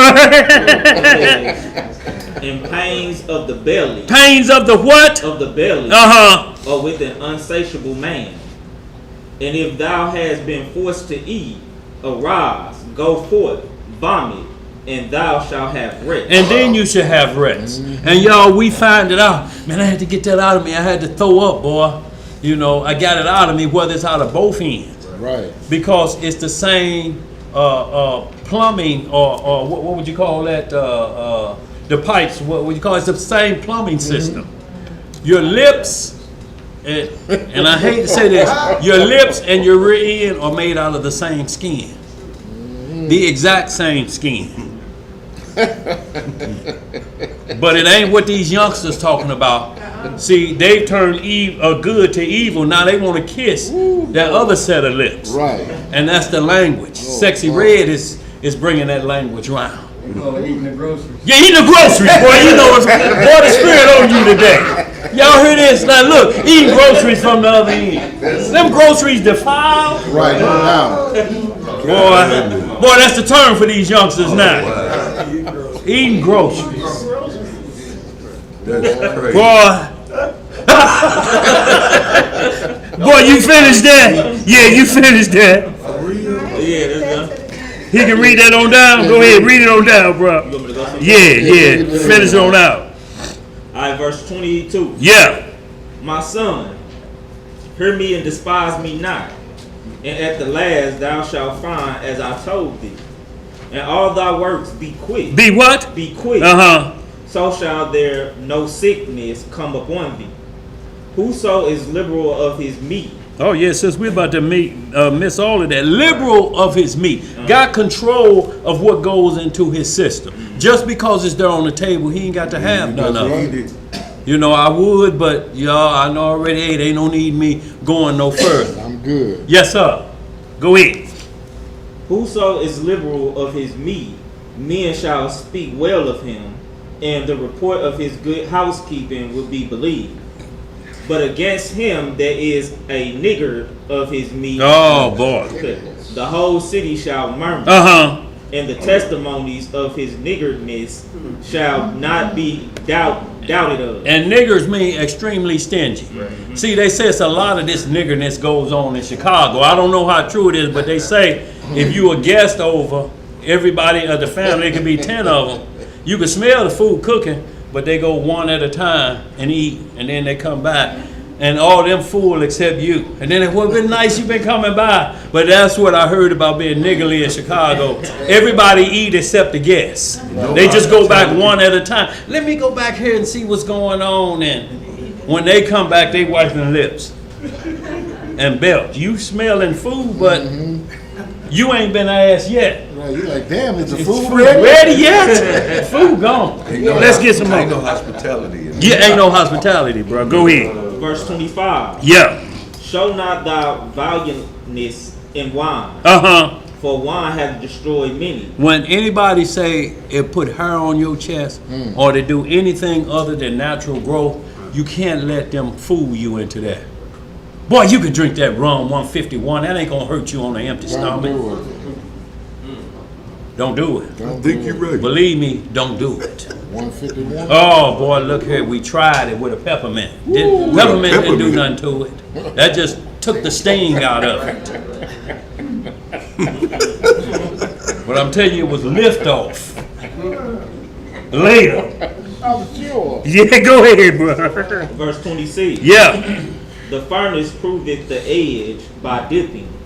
So doth wine the hearts of the proud by drunkenness. And notice, it's not drinking. Drinking is permitted. Drunkenness is not. Eating is permitted, but not gluttonous. A wine, they call the Messiah a wine bibber. They say every time we see him, we got some wine, but he was never drunk. Noah violated his own rules. He got high off his own supply. Right. Noah planted a vineyard and became drunken. And that's how Ham was able to pull the move that he did. You know, then he fell into Habakkuk 2:15. Woe be the man that gives his neighbor the bottle to drink, that he may uncover his nakedness. Mm-hmm. So when Noah woke up, he knew what Ham had did to him. Yeah, I kept seeing him because it may have not been his natural mama. Noah was 600 when they got on the ark. So when he got off, same thing. He thinking like Lot's daughter. Well, you know, it's all it is just these women on the ark and just us, 4 women and 4 men, you know, and alcohol came in and it make you lose your way about the law. Everything's on the table. Every relative's on the table. At that point, when drunkenness take over, y'all, this is what I'm saying. When drunkenness took over Lot, it allowed his daughters to pull a move on them that they did. And you hear men say, man, I done been drunk before, man. Can't nobody do that, or that don't happen. How you know? And we have to tell you what happened when you wake up. You pissed on them people's couch again. What? No, I didn't. No, I didn't. Yes, you did. They put you in the shower. So Ham had sex with Noah's wife? Yes, sir. According to the Bible, has its own rules, and we're going to get into Leviticus, to uncover a man's nakedness because he has power of protection over her. So whatever you do to him, you do to her. Like the law say, thou shalt not approach to thy father's. What is that? Oh, Mike, what you got going on there? Okay, yeah. They couldn't turn it off, boy. I'm glad you wasn't on the site you weren't supposed to be. Your order for Big Black has been shipped. Your order for Big Black has been shipped. Boy, you get it off then, wouldn't you? Yeah, you throw it away back in the back. Yeah, that phone been acting up, y'all. Go ahead, bro.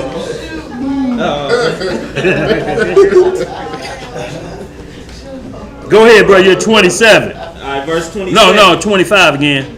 No, you're 26. Okay. 27. You're 27. Go ahead. Verse 27. Wine is as good as life to a man. If it be drunk moderately. If it be done what? Moderately. What life is then to a man that is without wine? So it's not a sin like certain man-made doctrine teach. Wine is a sin. No, it ain't.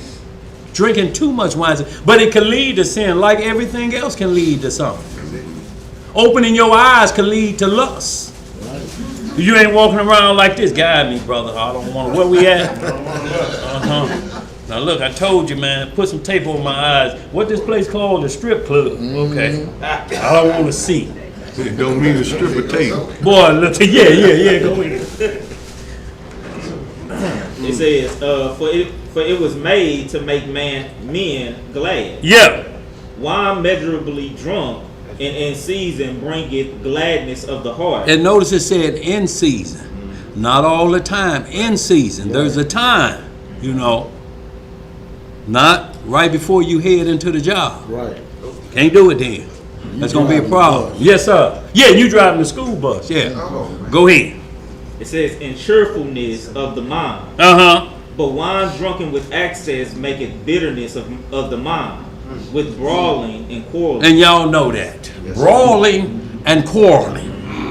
If he gets to the event and he's already full, what you think going to happen by the time you get to the end of the event? It ain't going to end. It's going to end early. It's going to end early. why would y'all bring Uncle Junior again and he clowned the last time? Y'all, he was full when he got out the car. When y'all got him out of the car, he had a pee stain in the front. Why would y'all bring him in here with this liquor in here? See, this the same behavior back then that's going on. You know, right now, it's nothing new under the sun. It's the same law. It's the same people. Technology is the only thing that changed. That's right. The husbandman is still the liquor store. Mm-hmm. Go ahead. Verse 30. Yeah. Drunkenness increaseth the rage of a fool till he offend. It diminisheth strength and maketh wounds. Yeah, we had this one bro, we used to call him Face First. Elijah named him that. We're down on Page and Tell. Older brother about our age trying to get back there with them youngsters and, you know, partaking in medicine he shouldn't have. And then saw the wine and just got beside himself, you know, and was making his way around. So you ain't watching him, you know, everybody else is in moderate. And I mean, got to the point that where I seen him up under the arms of two people, and then somebody called one of them, they turned around, face first, boom! So now he's got to go home, and he's got a 4 head out the here now. And got to take him home to his family, and he's been at our feast day. Told you I messed with the Hebrews. Look what the Hebrews did. That's what they do. That's why I told you the Bible say you ain't supposed to drink. Not like that. Add that part on. Not in excess. Go ahead. What else we got? Verse 31. Rebuke not thy neighbor at the wine, and despise him not in his mirth. Give him no despiteful words, and press not upon him with urging him to drink. So even we can't rebuke neighbor because you ain't gonna get no sense out of him. You can't talk to him and he's full. He's riding a different spirit. I mean, his cabinet members are advising him at the point. Jim and Bean, Hen and C, Ain't no sense coming Gin out of and that. Juice. Those cabinet advisors are telling him what to say. Say, for unlawful carnal knowledge, all of y'all. Right. And his children in here. Right. Them too. Yeah, that's him too. Especially him with his little bad. Yeah. Oh, man. Y'all know anybody that it brings about anger and violence, and you know, and then you say, well, we told him who brought him. Now you on the hook. But you can't say anything to him because it ain't gonna make sense to him. You just have to get him out of that position to where it don't ruin everything else. Let's get back to it, y'all. We want to get on out of here a little early today. The next morning he asked, why my lip fat? Look, so spirit riding on you good. Same story with Abigail and David and her husband Nabal, who, boy, he loved the ball, you know, and he got beside himself. Look, David was watching his sheep for free. He like, we already out here, bro. We got you. Don't worry about it. Well, when David was on the run from Saul, he asked, he said, go to Nabal's house and tell him, you know, look, bro, we've been watching your sheep for free. All we need is a little raisin cakes and a little corn to get us through to the next spot. You know, can you help us? You know, and he like, David who? Man, I don't know no David. And they like, David, the heir to the throne. Man, I don't know that nigga, man. That nigga get on away from around her. Hell, I didn't ask him to watch my sheep. You know, and he was a hard man like that. And his wife heard what David said. David said, in the morning, there'll be no man that pisses against the wall. Nobody in the house, and men use urinals. That's all they're saying. Like we go to a ball game, men use urinals. I hope ain't no urinals in the women's bathroom. Ain't no Boy, look, so not maybe today now, but that's what it means, pissing against the wall. Men do that, you know. So he said it ain't gonna be that. So David saying every male in that house gonna die tonight.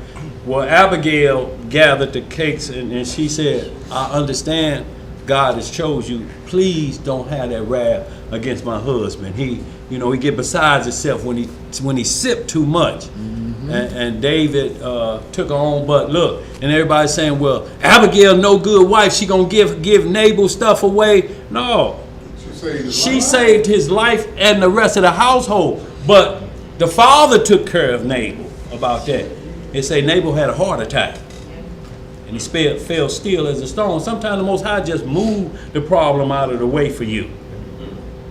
and he had a heart attack, you know. And she said, well, I'll be a handmaid of the Lord. She said this with Nabal still alive. And you got camps out here to teach a handmaid is a sex slave. So she wouldn't make those statements to David, and she's still married to Nabal. That's why handmaid is what it is. It's a maid, not to be touched unless you give a power of protection for her. She's the maid. If you touch her, you find out the wrath like Arnold Schwarzenegger did. Mm-hmm.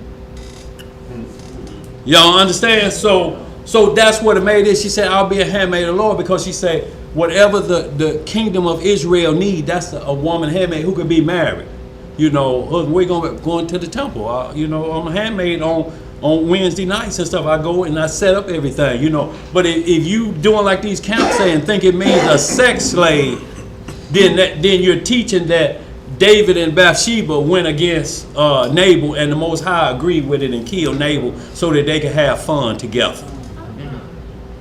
Y'all understand? So that's what men take handmaid and make it work for being a concubine.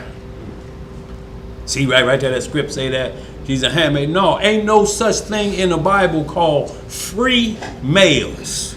They're called females. They come with a fee.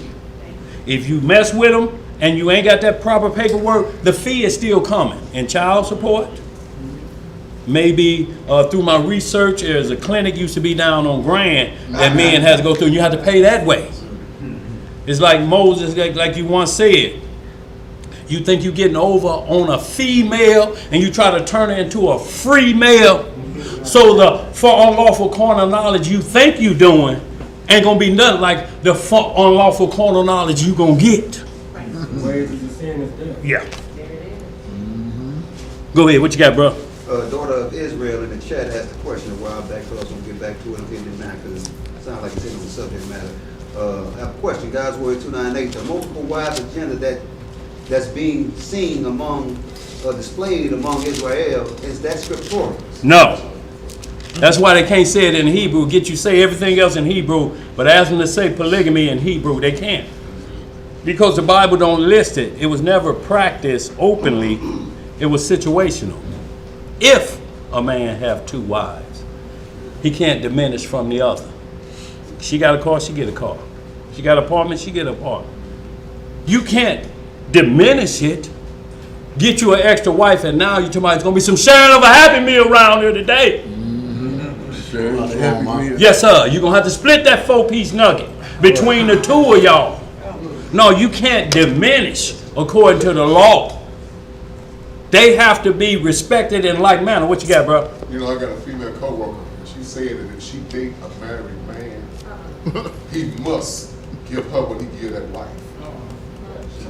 See, but the deal is, she can't request nothing that's not legal. You understand? I understand what they're saying, but they're basically saying, I'm not going to be a free male. That's her wage. This the fee for that's you. Wage right this there. the fee for you coming over here. That's her wage required. Yes, sir. So it's still a female, not a free male. But what Israel did, Israel was a free male to the other nations. Right. We was married to the Most High, Ezekiel 16, and he said, y'all played the harlot. Yeah. He said, a harlot at least get some money for what they doing. Right. They become they become a female. Y'all gave it away for free. Y'all just open your legs to Buddha, Krishna for no pay. Mm-hmm. That's what we did spiritually. Yep. Go ahead. That's it on that. Let's get back to it, y'all. We got a few scripts I want to cover here. Back to Leviticus. What you laughing at? You got your finger right there? Yeah. Don't worry, man. Yes, I still ain't finished fine. Right, let's get it. What's mine? You just still there? We ain't gonna stop no more. Okay. Go ahead. Leviticus chapter 17, verse 5.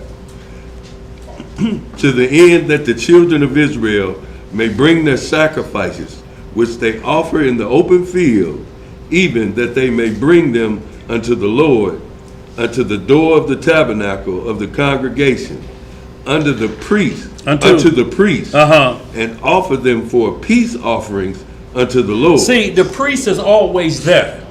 If we're out of the order of Aaron, then we back in Melchizedek. It's the only other priesthood that is say we're going to switch back to. So who is the high priest after the order of Melchizedek? But the Messiah. Right. It's prophesied in Psalm 110 and Hebrews 7. So you have to take everything through him like if he was Aaron. But he's greater than Aaron.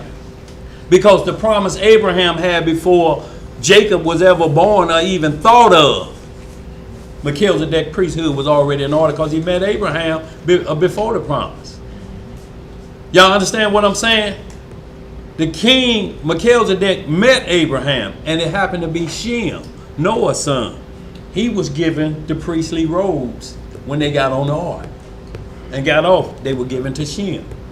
Okay, you run it. You're the spokesperson for the Lord. And Shem trained Abraham. Go ahead. Verse 6. Yeah, and you read that in Jasher 16th chapter that Melchizedek was Shem, the son of Noah. That high priest at the time. Go ahead. Verse 6. Yeah. And the priest shall sprinkle the blood upon the altar of the Lord at the door of the tabernacle of the congregation, and burn the fat for a sweet savor unto the Lord. Yes, sir. And they shall no more offer their sacrifices unto devils. Unto who? Unto devils. After whom they have gone a whoring. This shall be a statute forever unto them throughout their generations. And thou shalt say unto them, whatsoever man there be of the house of Israel, or of the strangers, or of the strangers which sojourn among you, that offer a burnt offering or sacrifice, and bring it not unto the door of the tabernacle of the congregation, to offer it unto the Lord, even that man shall be cut off from among his people. And whatsoever man there be of the house of Israel, or of the strangers that sojourn among you, that eateth any manner of blood, I will even set my face against that soul that eateth blood, and will cut him off from among his people. For the life of the flesh is in the blood. Where is it in? In the blood. And I have given it unto you upon the altar to make an atonement for your souls. For it is the blood that maketh an atonement for the soul. Y'all understand that? For the soul, not for the flesh. For the soul. And the soul lives forever. Go ahead. We're going to chapter. Oh, you still got a little bit on that. Go ahead. Verse 12. Therefore I said unto the children of Israel, no soul of you shall eat blood, neither shall any stranger that sojourn among you eat blood. And whatsoever man there be of the children of Israel, or of the strangers that sojourn among you, which hunteth and catcheth any beast or fowl that may be eaten. That may be eaten on the list. Leviticus 11, Deuteronomy 14. That's on the lawful list. Go ahead. He shall even pour out the blood thereof and cover it with dust. For it is the life of all flesh. The blood of it is the life thereof. See, and the blood tells you whatever's wrong with you. Yes, sir. You can have a look. People can look in your eyes. But once they run that blood, because the life is in there, they can tell you exactly what's wrong with you through your life supply. If your blood is dirty, it's like dirty oil. Man, when last time you changed this oil? I ain't. How long you had this car? 7 years. And you ain't never changed the oil? No. It was starting up. Right. Go ahead. Yeah, run a little rough. Go ahead. Therefore I said unto the children of Israel, ye shall eat the blood of no manner of flesh, for the life of all flesh is the blood thereof.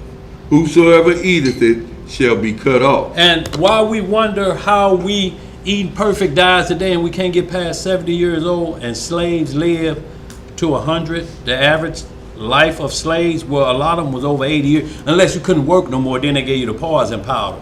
But the reason being is, even though they were eating bad meat, they were cooking it accordingly. They were putting it on fire. So blood was coming out of, even though it was bad, it was giving them a little problem. But what eating pork today on a flat grill, not only is it bad meat, but you're cooking the blood right back into it on flat grills. the blood just cooks right back into it. An open grill, everything falls in the flame. Even the blood, the impurities fall in there. The meat is still bad, don't get it wrong, but it ain't like today of eating pork on a flat grill. When it goes in that fire, most of the impurities are burned. You wouldn't have this red meat talk no more. See, too much red meat. The Bible says you can eat red meat. The problem is how we're preparing the red meat.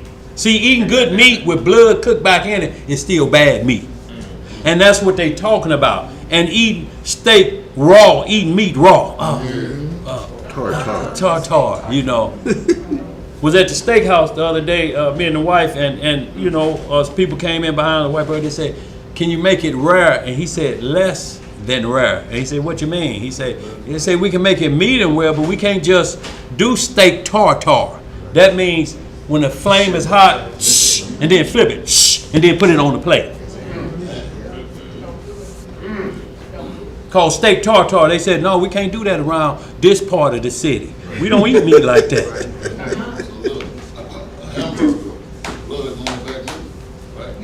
If you cooked it on an open grill, it'll come out of it. But when you cook it in a skillet or on a flat grill, and not only that, this is why you have to be so careful with going to fast food restaurant. Because if you order yours, give me the number one, no bacon. And they put yours on the grill. And then somebody come in next to you, give me the number one and extra bacon. And some of that fatback surprise you got back there. They're going to put that right next to yours. And they're going to be sizzling together. And you trying to talk about how you keep Deuteronomy 14, Leviticus 11, and you got that cooking and them juices mixing.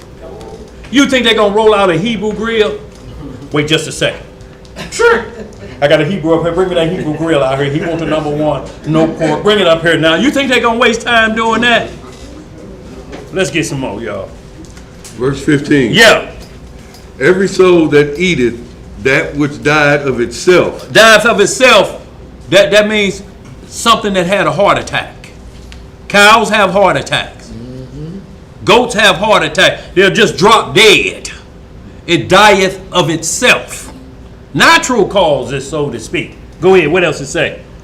And every soul that eateth that which dieth of itself. Or that which was torn with beasts.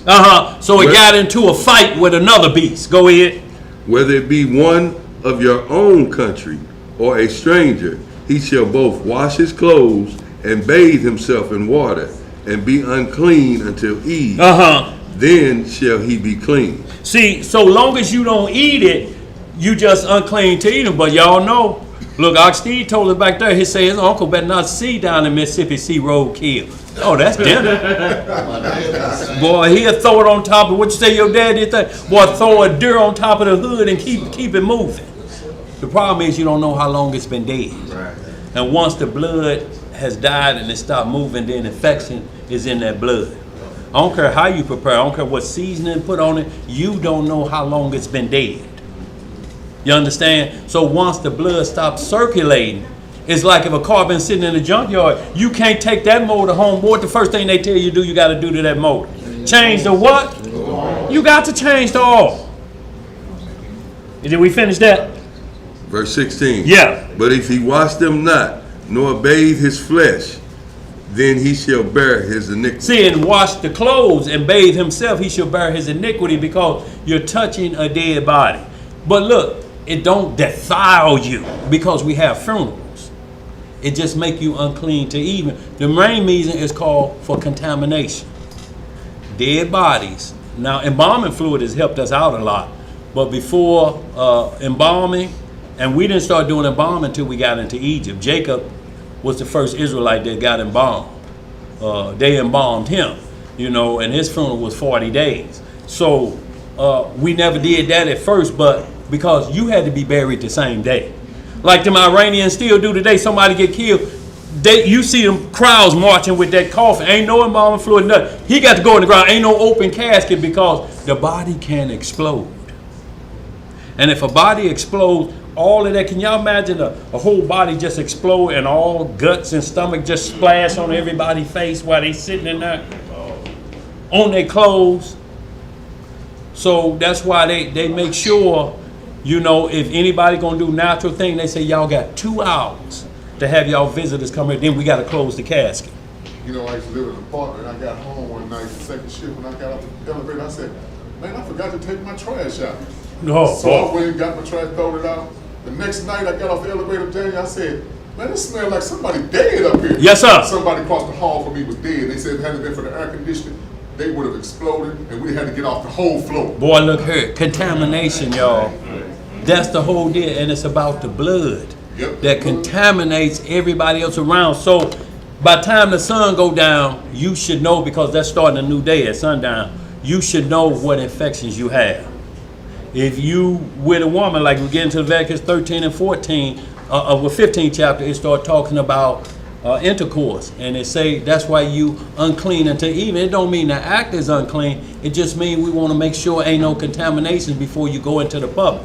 If you go into public and you just scratching like this, and you ain't washed, and you public and you unaware, I'm talking about that scratch, that itch that won't be ignored, and I'm talking about just explode in front of anybody, and you'll be digging and be unconscious.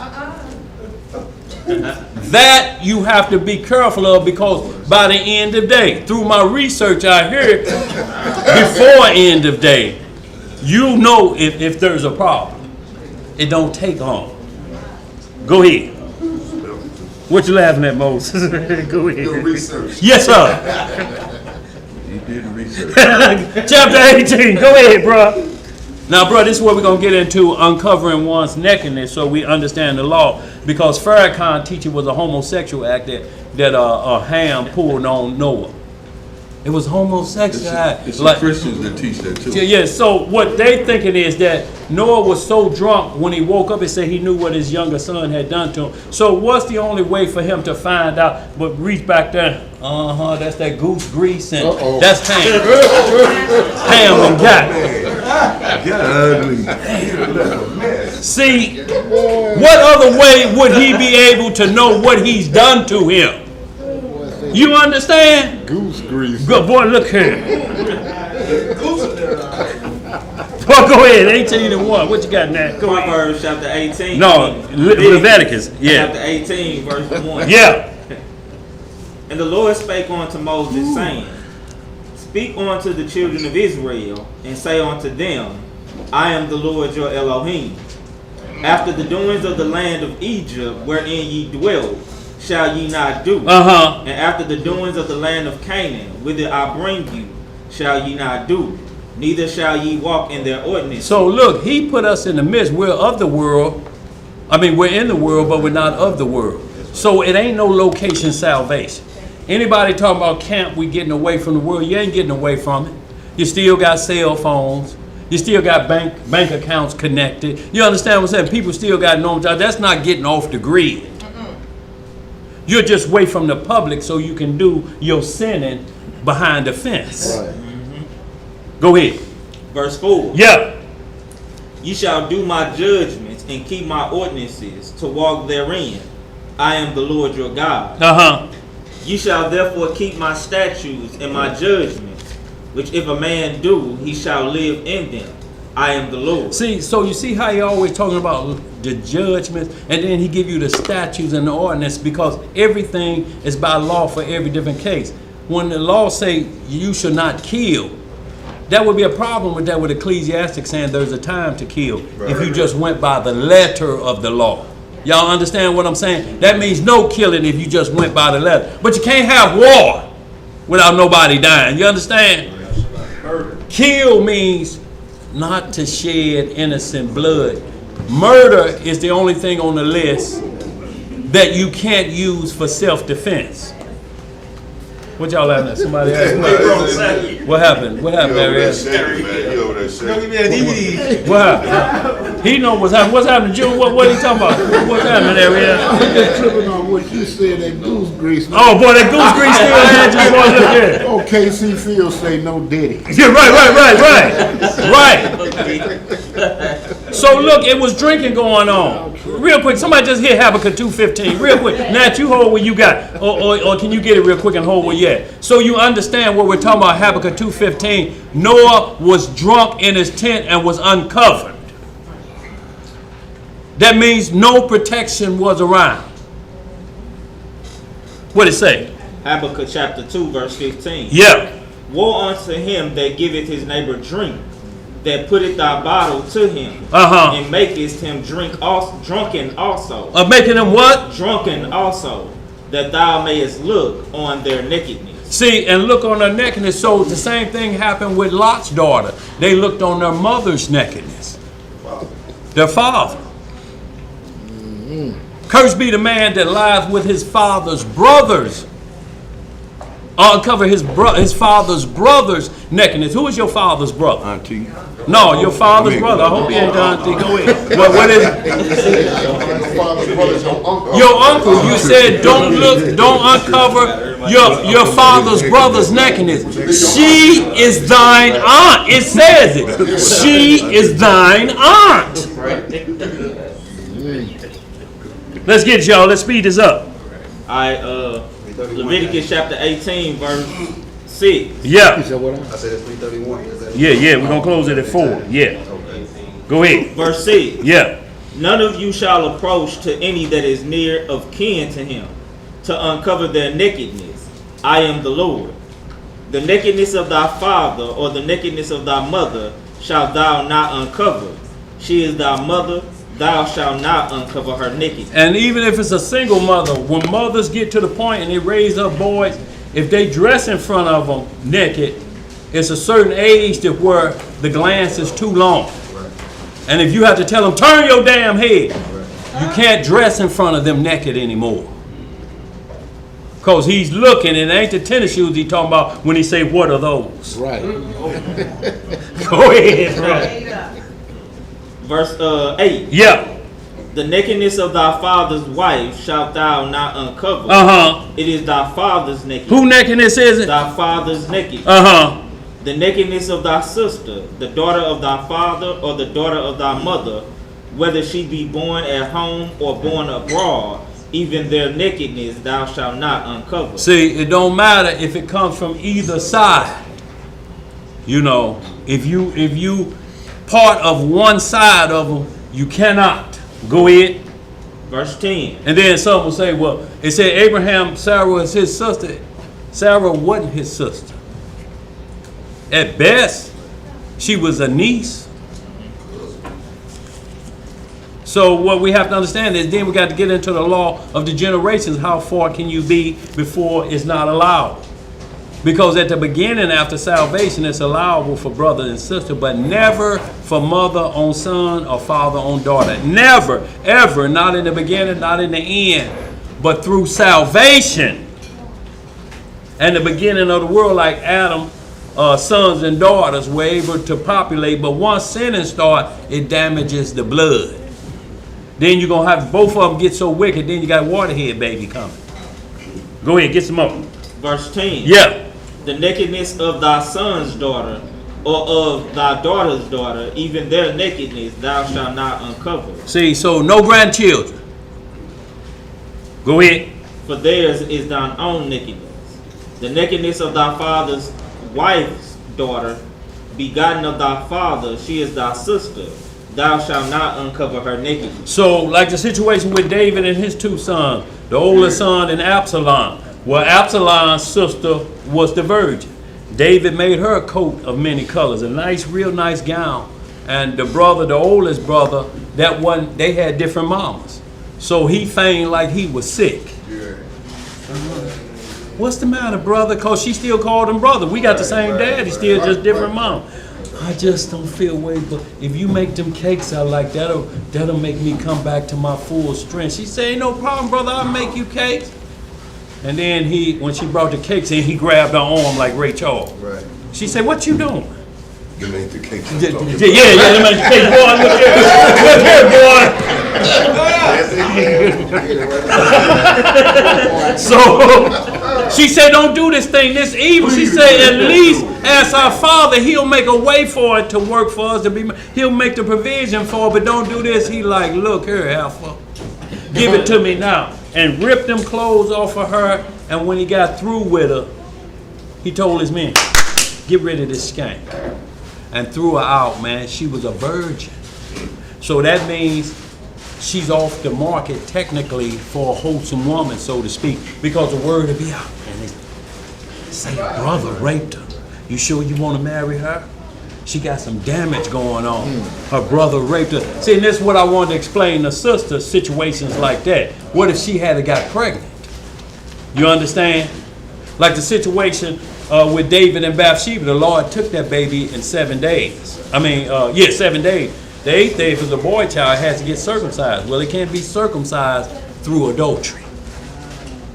So y'all understand how the law is working for every situation. But if you just look single down the road, then you're going by the letter of the law. And once you do that, if everything we run on you, you're doubly worse shaped than they are because you know better. You're in the word, they're not. That's why we have to get you on the law so that you don't do Matthew 7. Judge not lest ye be judged. We can judge the matter, but we can't go into condemnation. Go ahead, what else we got? Verse 12. Yeah. Thou shalt not uncover the nakedness of thy father's sister. She is thy father's near kinswoman. Thou shalt not uncover the nakedness of thy mother's sister. That's your auntie, ain't it? Yeah. For she is thy mother's near kinswoman. Here we go. Thou shalt not uncover the nakedness of thy father's brother. Who is your father's brother? Go ahead, what else it say? Thou shalt not approach to his wife. She is thy aunt. You see how it switch is talking about a man, but the outcome is about his woman. Right. About the auntie. Go ahead. Verse 15. Yeah. Thou shalt not uncover the nakedness of thy daughter-in-law. Oh, you can't do it, y'all. Don't mean, well, I don't know her people's Illinois. Look, what we're talking about is, them soap operas. From what I hear, the Young and the Restless and General Hospital. That's all they do. The father will marry his son's wife. Then the son will marry his father's wife if it ain't no. This caused Reuben to lose the birthright. He went into Bilhah, his little brother's mom. So what if she had got pregnant? What was Dan gonna call his baby brother from his mother Bilhah by his big brother? What was he gonna call his little brother? Or what was the offspring gonna call him? Uncle Dad, Uncle Brother? Hey, Uncle Brother. Go ahead. Verse 15 again. Yeah. Thou shalt not uncover the nakedness of thy daughter-in-law. She is thy son's wife. Thou shalt not uncover her nakedness. Y'all see how it keeps putting it back in who has the power of protection? Go ahead. Thou shalt not uncover the nakedness of thy brother's wife. It is thy brother's nakedness. Thou shalt not uncover the nakedness of a woman and her daughter. Neither shalt thou take her son's daughter or her daughter's daughter to uncover her nakedness, for they are her near kinswomen. It is wickedness. It is what? Wickedness. Neither shalt thou take a wife to her sister, to vex her, to uncover her nakedness, besides the other in her lifetime. So you can't have two sisters. Even if you run in that polygamy game, you got to deal with this. You can't have two sisters because it vexed the parents. If you get into it with one sister, what's going to happen to the other sister? What do the parents say? Whose side do they take? You understand? So sisters was off limits. See, even though Jacob married sisters, it was trouble ever since. Because both the parents was alive. But they tricked him because he tricked Isaac. And gave him Leah, but he wanted Rachel. He worked for her for 7 years straight, and he got tricked by Laban. And then Laban said, well, give me another 7 years for Rachel, and then you can marry. Still off limits, according to the law, and both her parents are alive. Still was off limits. Y'all understand? This is why I'm saying when they preach that doctrine of polygyny or whatever they call it, that Greek term meaning man with many women, that's all it means. But the Bible say if a man take another wife based on a condition, can't have no children, and then or your brother died, and then they would have they would take it by the wife. But there was laws because of what a man did is he may have liked his sister-in-law, but he didn't want to give birth to the baby. So he pulled cordis interruptus. So y'all look that word up because of the short-leggers in here. But that's what he pulled and spilled it on the ground. So he wasn't following the law. He just was getting his thing off. Probably been wanting and used the law as an excuse to do it. he was put to death immediately. Let's get some more. Verse 19. Yeah. Also, thou shalt not approach unto a woman to uncover her nakedness, as long as she is put apart for her uncleanness. So you can't, when she say, you brought it down, it was already down. You ain't Superman. It was at the door. She knew days before because a woman's check engine light come on. They feel it and say, it's about that, let me go to the store and get what I need. But this the only night I can get with her, so I'm going to clean up good and tell him he's a hero. You're so good, you made it happen. No, it happened this same time last month. Right, bro. But sometimes men feeling power behind that. Yeah. No, you didn't. That's why you look at Leviticus 15. No, I'm good. Leviticus 15. When you see that, that's why I tell you don't approach under them times. Never, because it's blood again, so we got contamination. Let's get some more. Where we at? We're going to finish this out. Verse 20. Yeah. Moreover, thou shalt not lie carnally with thy neighbor's wife, to defile thyself with her. And thou shalt not let any of thy seed pass through the fire to Molech. Neither shalt thou profane the name of thy God. I am the Lord. So a lot of people say, well, that means abortion. Ain't no baby passing through no fire, and that's bad behavior. Molech, they agreed to it.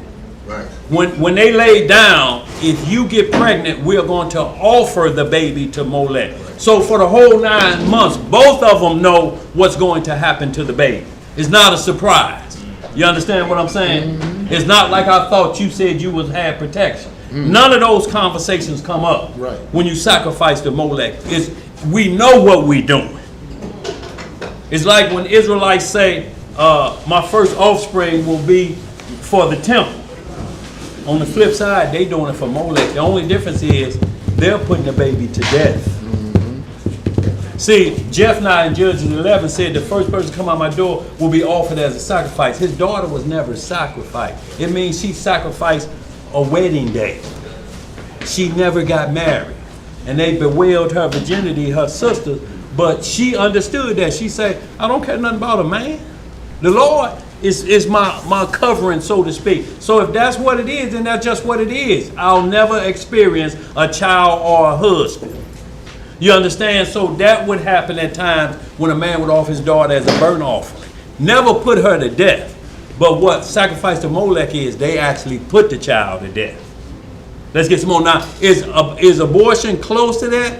Technically it is, but look, nobody wants responsibility for that baby. They want responsibility for that baby for Molech because they want Molech to recognize them. Mm-hmm. You understand what I'm saying? Right. This is the sacrifice I made for you, the devil. Right. Not the other way around. Go ahead. But they say the modern day abortion spiritually is still a sacrifice to Molech. Well, see, that's what they say, but that's not what the law say. Right. See, the law is different on what you do. It's like killing. If you throw a rock over a bridge, you don't know what's coming over there, and it happened to hit a car windshield and kill the people inside. You wasn't aware of that happening like that. So you're not charged with like murder. You're going to get manslaughter. You may have to pay some civil fine, but it's not like if you saying the next car that come past here, we're going to throw it down on the bridge. And you throw it and it kills somebody, then that's presumptuous. That's shedding of innocent blood. But you can't shed innocent blood unawares. It's not the same charge. Well, it all depends, once again, when we get to the fetus. When does life start in the Bible? When does the law say life is to be accounted for? And the only thing we got is if a miscarriage happened. But when a miscarriage happened, there's a heartbeat. Because a woman could just have a miscarriage, and then, so we would have to charge her for that because we don't know what you eat. We have to go down the list. What you eat yesterday? Oh, there it is right there. There it is. Them pecans with that buffalo fish that did it. That caused it. They tell me all the time that caused a miscarriage. Mm-hmm. See, you understand what I'm saying? Because if she just told you, I lost a baby, what you gonna say to her? Okay, say she's 2 months pregnant, 2 or 3 months pregnant, and she go and terminate the pregnancy because Now we got a whole different issue we're dealing with, because what I'm talking about is heartbeat. What we're talking about is when the baby is being formed in the womb, there's a soul, and it's not formed till that heart is starting to beat. Right. It's blood. Because blood is now circulating. So once the blood starts circulating, it's called life. But before that, the act of being, now you're just going to be charged with being fruitful and multiplying and taking it for advantage. This ain't what you really meant. You're just willy-nilly. You're like pulling, like the boy pulled cordis interruptus. You don't have no purpose on being fruitful and multiply. I just like the act. I don't want the responsibility. I just like the way it feels. Right. So that's where it crosses the line there, bro. And that's what I'm saying, because the only thing we got in the law, now we got in the book of Nicodemus, it says to kill the conception, but still there's a age limit that it talks about that, because everybody has still been conceived, but there's a cutoff point. Like Job said, he's a just man. I wish I could have died before the flesh, the color of my flesh changed. See, so what that means is every fetus is like white in color, or so to speak. And then it starts to get its natural pigmentation. He said, if I could have died then there would have been no fault or harm for nobody around. I'd have been a second thought if I'd have died like the morning after. But when you go by the morning after pill, then now you're in a whole different level. You have no responsibility at this point. I got to fix in case I get pregnant through this illegal act. In case I get pregnant, I got my backup. The bastard slip. The bastard slip is called. Because it's a bastard child because you ain't married. And it said the bastard slip. That's what it called. That's what we should be saying instead of, I thought you was on protection. You like, shit, we didn't have a bastard slip here. Who is this? This me who you was with, lad? It's a bastard slip. How I know it's mine. See, and that's another problem. If a man asks how I know it's mine, that's a problem in itself because you're raw dogging. And when you say how I know it's mine, it better be mine. Because how I know it's mine means you know that there's somebody else that could be raw dogging like you. Wow. And you don't care nothing about it then for them 2 or 20 minutes. But after that, how I know it's mine. Why you don't know it's yours. Let's get some more. We're going to close out y'all here short. Go ahead. Verse 22. Yeah. Thou shalt not lie with mankind as with the womankind. It is abomination. Felony. It say lie with mankind as womankind. That's why all of them say, well, that Old Testament, God, that's an Old Testament. When did he change? Right. Paul say the same thing in Romans 1:20. Yes, sir. When did it change? Then why did he annihilate Sodom and Gomorrah? What was that about? They say it was about hospitality. Yeah, it was bad hospitality. You come to a city and you get raped. That's bad hospitality. When they say welcome to Missouri, if it had on there and sodomites dominated around here, would you keep going or would you pull on over anyway? Let me see what kind of rest they can get up in here. Go ahead, bro. Verse 23. Yeah. Neither shalt thou lie with any beast to defile thyself therewith. And y'all, this is how we're going to know we at the last days. And the days of Noah is right at the door when they legalize bestiality. But the Most High say you can't do it. It's confusion. Because not only this, one may get through, but it'll never be able to reproduce. Was that Jasher 62? Was Zepho killed a half man, half beast? And they won because it was eating up all the beasts. Most of the time they're going to die. Like if you mix a donkey and a horse, it produces a mule. But the mule is sterile. It can never reproduce. You mix a lion and a tiger, it's called a liger. It's monstrous. What's the word? Monstrous. But it can't reproduce. It's sterile. So the Most High will sterile it out so it can't reproduce.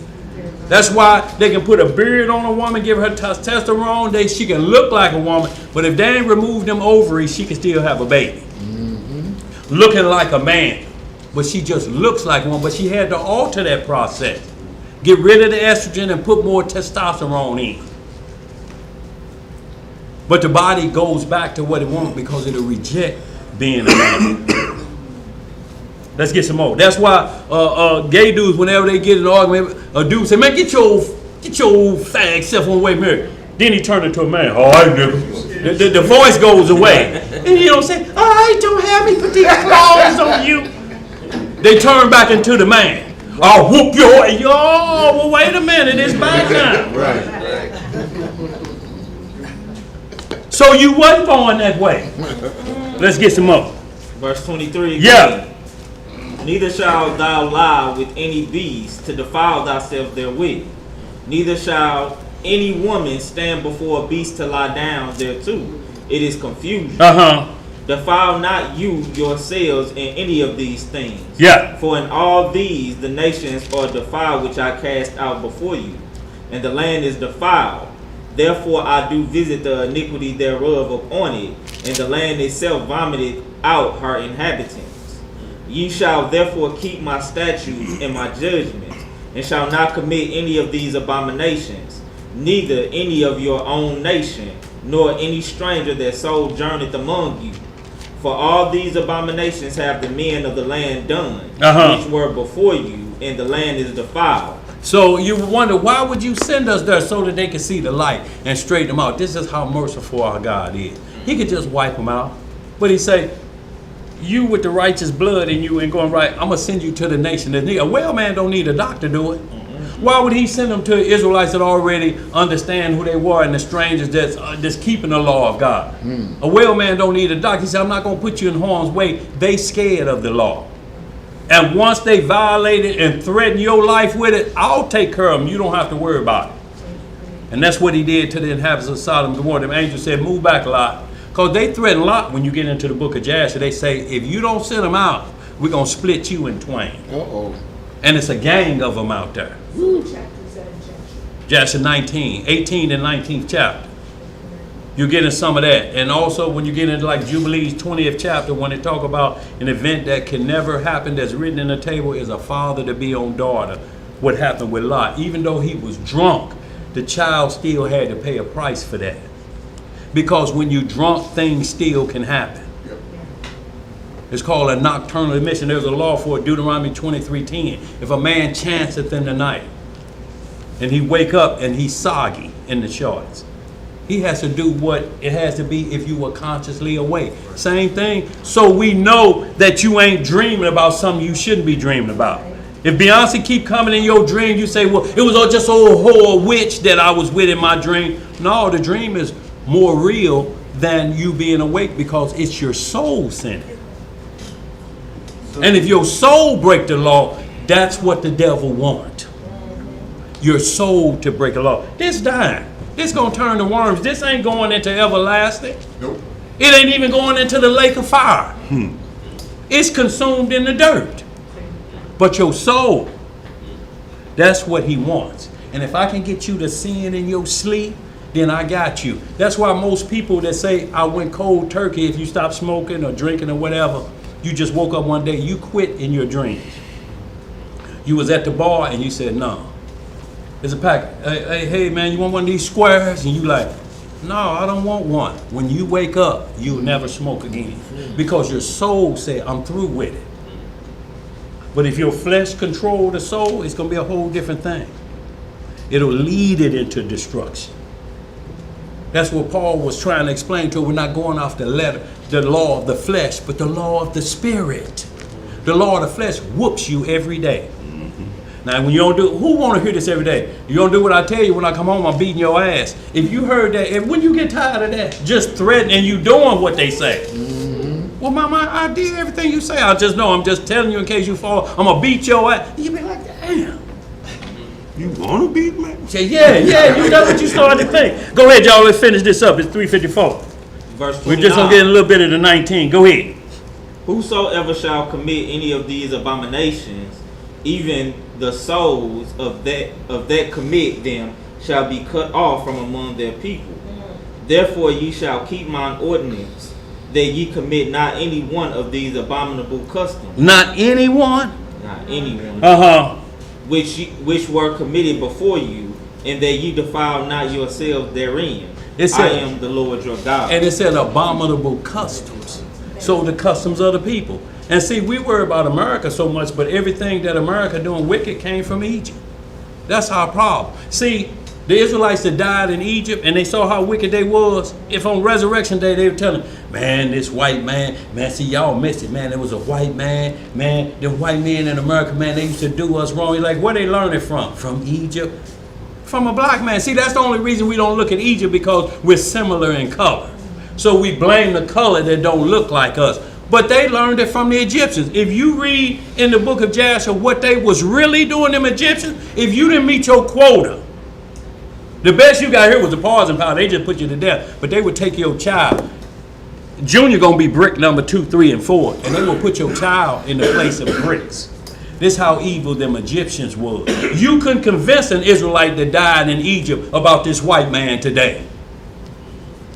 You gonna try to explain to them he's more brutal and he learned it from them? There's nowhere in here we read other than like the land of Canaan continually. You know why it's Canaan? Because that was the offspring of Ham and Noah's wife. Cursed be Canaan. It didn't curse Ham. Why did it curse Canaan? Right. Let's get some more. You finished that 19. We're just gonna get a little bit of 19 to 4 o'clock. Just tell me when it's 4:02 by. We gotta close out a little bit early. 4 minutes. Yeah, yes, sir. See all this talking. We could be already to verse 5. You still But see that. Go ahead. Leviticus chapter 19, verse 1. Yeah. And the Lord spake unto Moses, saying, Speak unto all the congregation of the children of Israel, and say unto them, Ye shall be holy, for I, the Lord your God, am holy. Ye shall fear every man his mother and his father, and keep my Sabbaths. Every man his mother and his father. Now this generation so far removed away from the laws of God that they'll attack an individual they're looking for if he with his mother and his father, and they ain't done nothing. Right. Shouldn't be with the nigga if they don't know what he doing.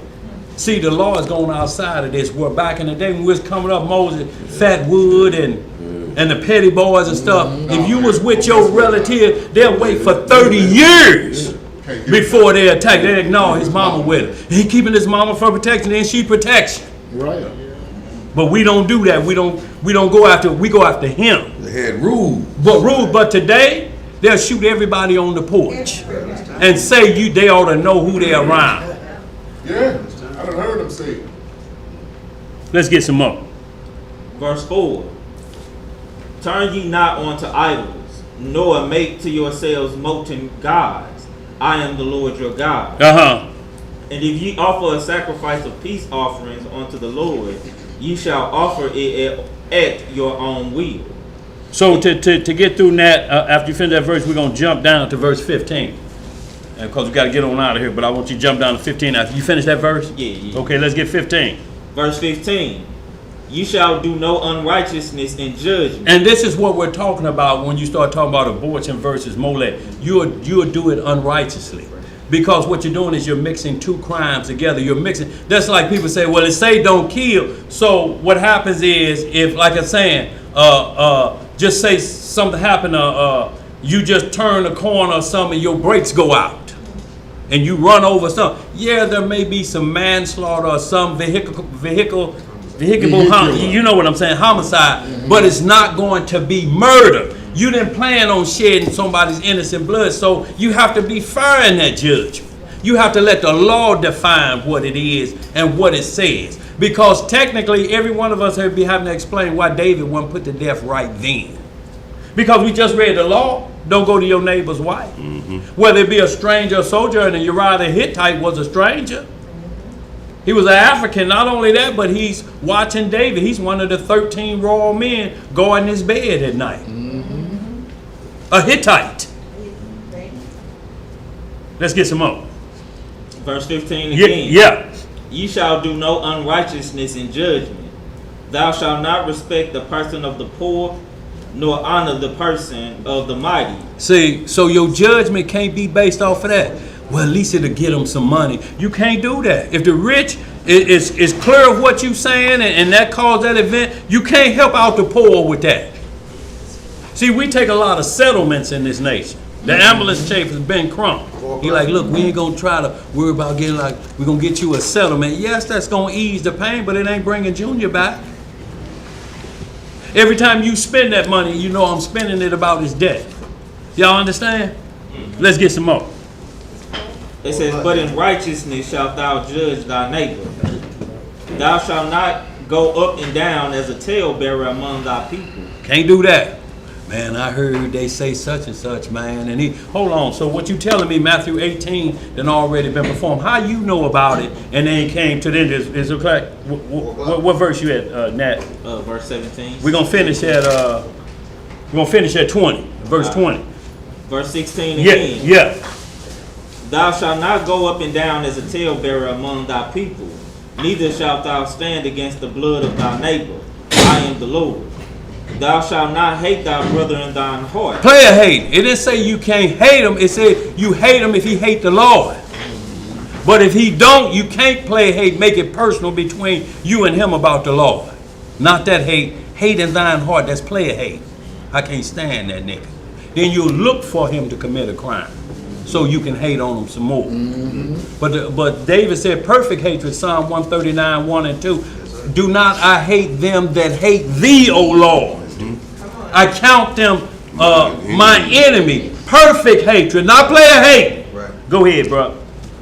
Thou shalt in any wise rebuke thy neighbor, and not suffer sin upon him. Thou shalt not avenge, nor bear any grudge against the children of thy people. But thou shalt love thy neighbor as thyself. I am the Lord. Ye shall keep my statutes. Thou shalt not let thy cattle gender with a diverse kind. Thou shalt not sow thy field with mingled seed. Neither shall a garment mingled of linen and woolen come upon thee. And whosoever lieth carnally with a woman that is a bondmaid, betrothed to a husband, and not at all redeemed, nor freedom given her, she shall be scourged. They shall not be put to death because she was not free. So, right here, that's explaining a handmaid, you know, and it's telling you about if she belonged to her husband. So it's saying, and she's not redeemed. Nobody has bought her out of captivity, so to speak, or servitude. Then that changes the law on certain things. Y'all understand? Yes, sir. See, the law is perfect. It's where this nation get it. They make a lot of judgments off of past cases. Your Honor, we bringing this case forth like what happened in 1956 with Johnson and James. And then he look at that and say, you know what? That case was this one exactly. I understand what you're saying. I'll make my ruling off of that based on that. And that's what we have to go back to. Lord, you spared David at this point when he did this. But you got to do what David did to get spared. David immediately accepted his punishment. He didn't try to get out of his punishment. That's the difference why David was spared.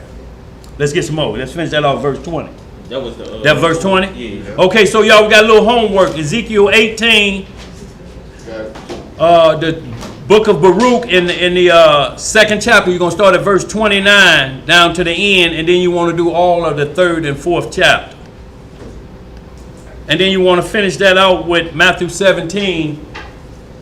Start at verse 5, and you want to get to where the Most High say, if your righteousness don't exceed the righteousness of the Pharisees, you have no part in the kingdom, because Pharisee worship is man worship. Anybody you hear saying, this my grandmaster, this my chief high priest, this is high priest such and such, you won't get into the kingdom if you believe that in your heart, because you said I have an intercessor that goes to the intercessor. Then they go to God. That's why y'all understand? That's why Christ said don't call anyone rabbi. Nobody rabbi. I'm talking about in the sense that it means rabbi means teacher, but in the teacher that I go to talk to God, and you bypass the Messiah. Like old Negro talking about, I'm a high priest here, I'm a high priest there. No, y'all ain't nothing, because for one, you can't prove your lineage back to Aaron, and for two, you're not under Melchizedek because you ain't mentioned it yet.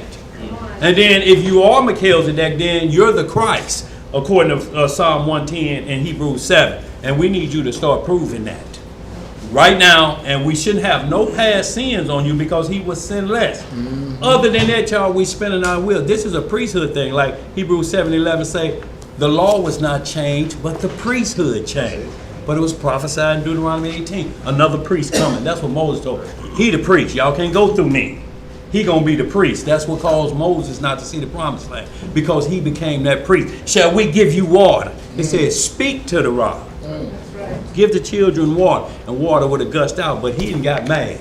You niggas some water. Tired of y'all with all this complaining, and then the water gush out. everybody look at Moses like he did that. But he fed you or quench your thirst through anger. And it can't never be that. You know, it's like giving some money to the homeless and then chastise. Here you go, $10. And nigga, if I drive back through here and see a bottle in your hand or you ain't got a bag of a chicken nugget, I'm gonna get out the car. I may whoop your ass. You be like, no, take them $10 back. Yeah, too many stipulations. Too many stipulations on this. Go ahead, bro. Question in the chat. Sublime Light asks, so your dreams are revealing what's inside you or what's still in you. Yeah, meaning because sin unto death or obedience unto righteousness.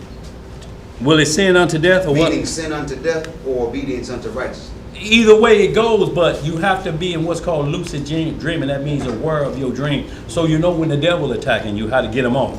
He'll attack with a succubus and make you feel like you're being choked out. And you holler the Messiah's name one time and the choking get rougher. Well, it take 3 times to holler to back the demon up. If you holler, Yeshua! And then it still choke him up. Mama! Well, mama need him. It ain't gonna work. It ain't gonna work, y'all. So that's what it's saying. That's why you have to be aware. And once you holler the Messiah name, the demons back off. Because in the Testaments of Solomon, every demon that's listed, he said, what caused you to back off? They say the number 644. And when you look up 644 in Latin numbers, it spells out Emmanuel. 644 caused us some problem. 666 is our problem. 644 is the demon's problem. So you call his name and you don't have to fight with him. You don't even have to bring a railing accusation. You just call him Messiah, deliver me. He got to get going, my bad. All right, player, I'll be back though. I'm going to wait till you've been drinking or eat late. Then I'm going to put something on you. I'm going to put Freddy Krueger in there. I'm going to put, what's the sugar man? Say Candy Man. I'm going to put him in there. Say Sugar Man. Y'all know what I'm talking about. I'm going to put them all in there. Just keep on eating that spaghetti. And then got that herb and you late. Let's close out, y'all. What we got? Question then. Yeah. The same individual as is masturbation a sin or inside and outside of marriage, saying your spouse and you and your spouse in separate houses? Well, it could be a medical issue because I'm sorry. men have a problem. Sometimes they back a lock up and they go to the doctor and the doctor say, oh, the problem is you need to be fruitful and multiplying. Well, don't no woman want me. So the doctor have to perform the back relieving treatment. Oh, no. Yes, sir. No. Yes, sir. And look, you just hope it ain't no city of home cause in that finger this long. But he has to go up in there and hit that button and then you release your back problem. Doctor, we can't be that close. Y'all understand? And then he ain't got no wine and candy and flowers out there when he talking about this. He just got a bill. Yeah, yes, sir. Yes, sir. At that point, y'all going steady. You know, yeah. But you understand, so that's the deal, but it's fine lines between everything. Now, if a man's watching a movie and it's got multiple people in it, and that's what he's using, then he's deep into fornication. He's at a whole nother level. But I'm talking about a man that back problem, if you look it up medically, that'll relieve the back problem. So sometime a man may have to take care of his own self, long as he ain't flipping through a serious catalog. Do they still have a serious catalog? Oh no, they got this now. They got this now. Yeah, no doubt. So that's what I'm talking about, because his focus will get there, and then he'll be. That's what got Kanye West. That's why his wife now walks around naked. When they was doing his special, he bought a Hustler magazine. He said, "I can't shake it. I just can't shake it." So he married one just like that, Kim Kardashian, and now he got another one that he married to, that he parades around and let the whole world see. Y'all understand? Because he can't shake that lust demon. He has to have that look around him 24/7. When he wake up, when he's out to eat, don't care about other men looking at it. Y'all understand? Now when it gets to that point, then it's a total problem, because you're saying, I don't need a woman anymore. Rosie is fine. Don't talk back. Yes, sir.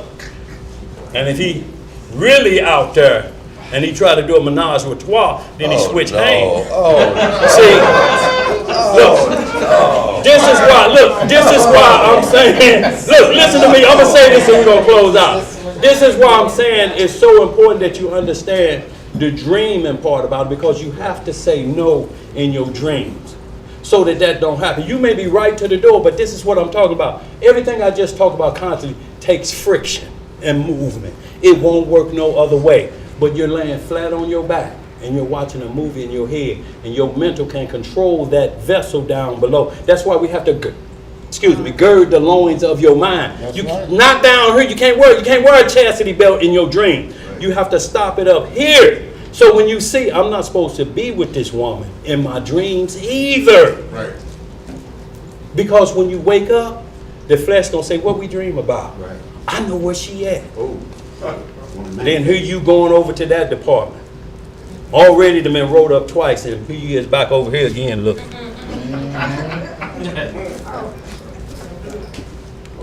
Now see, I would have been through there. But worldwide audience, we thank y'all for asking the questions, y'all, because that's what this is, this class. And we're supposed to be able to ask questions. So you understand the law of God and not be put into bondage by the law. The law is liberty. If you find yourself in a position, you say, well, this guy did this and it satisfied the Most High. But you can't go outside of that. You can't say, well, what's wrong with Christmas? Everybody doing it. Right. What about the Passover? Man, they don't do that no more. That's laid out. All right, family. We're going to get this closing prayer. And it is with the Most High's permission.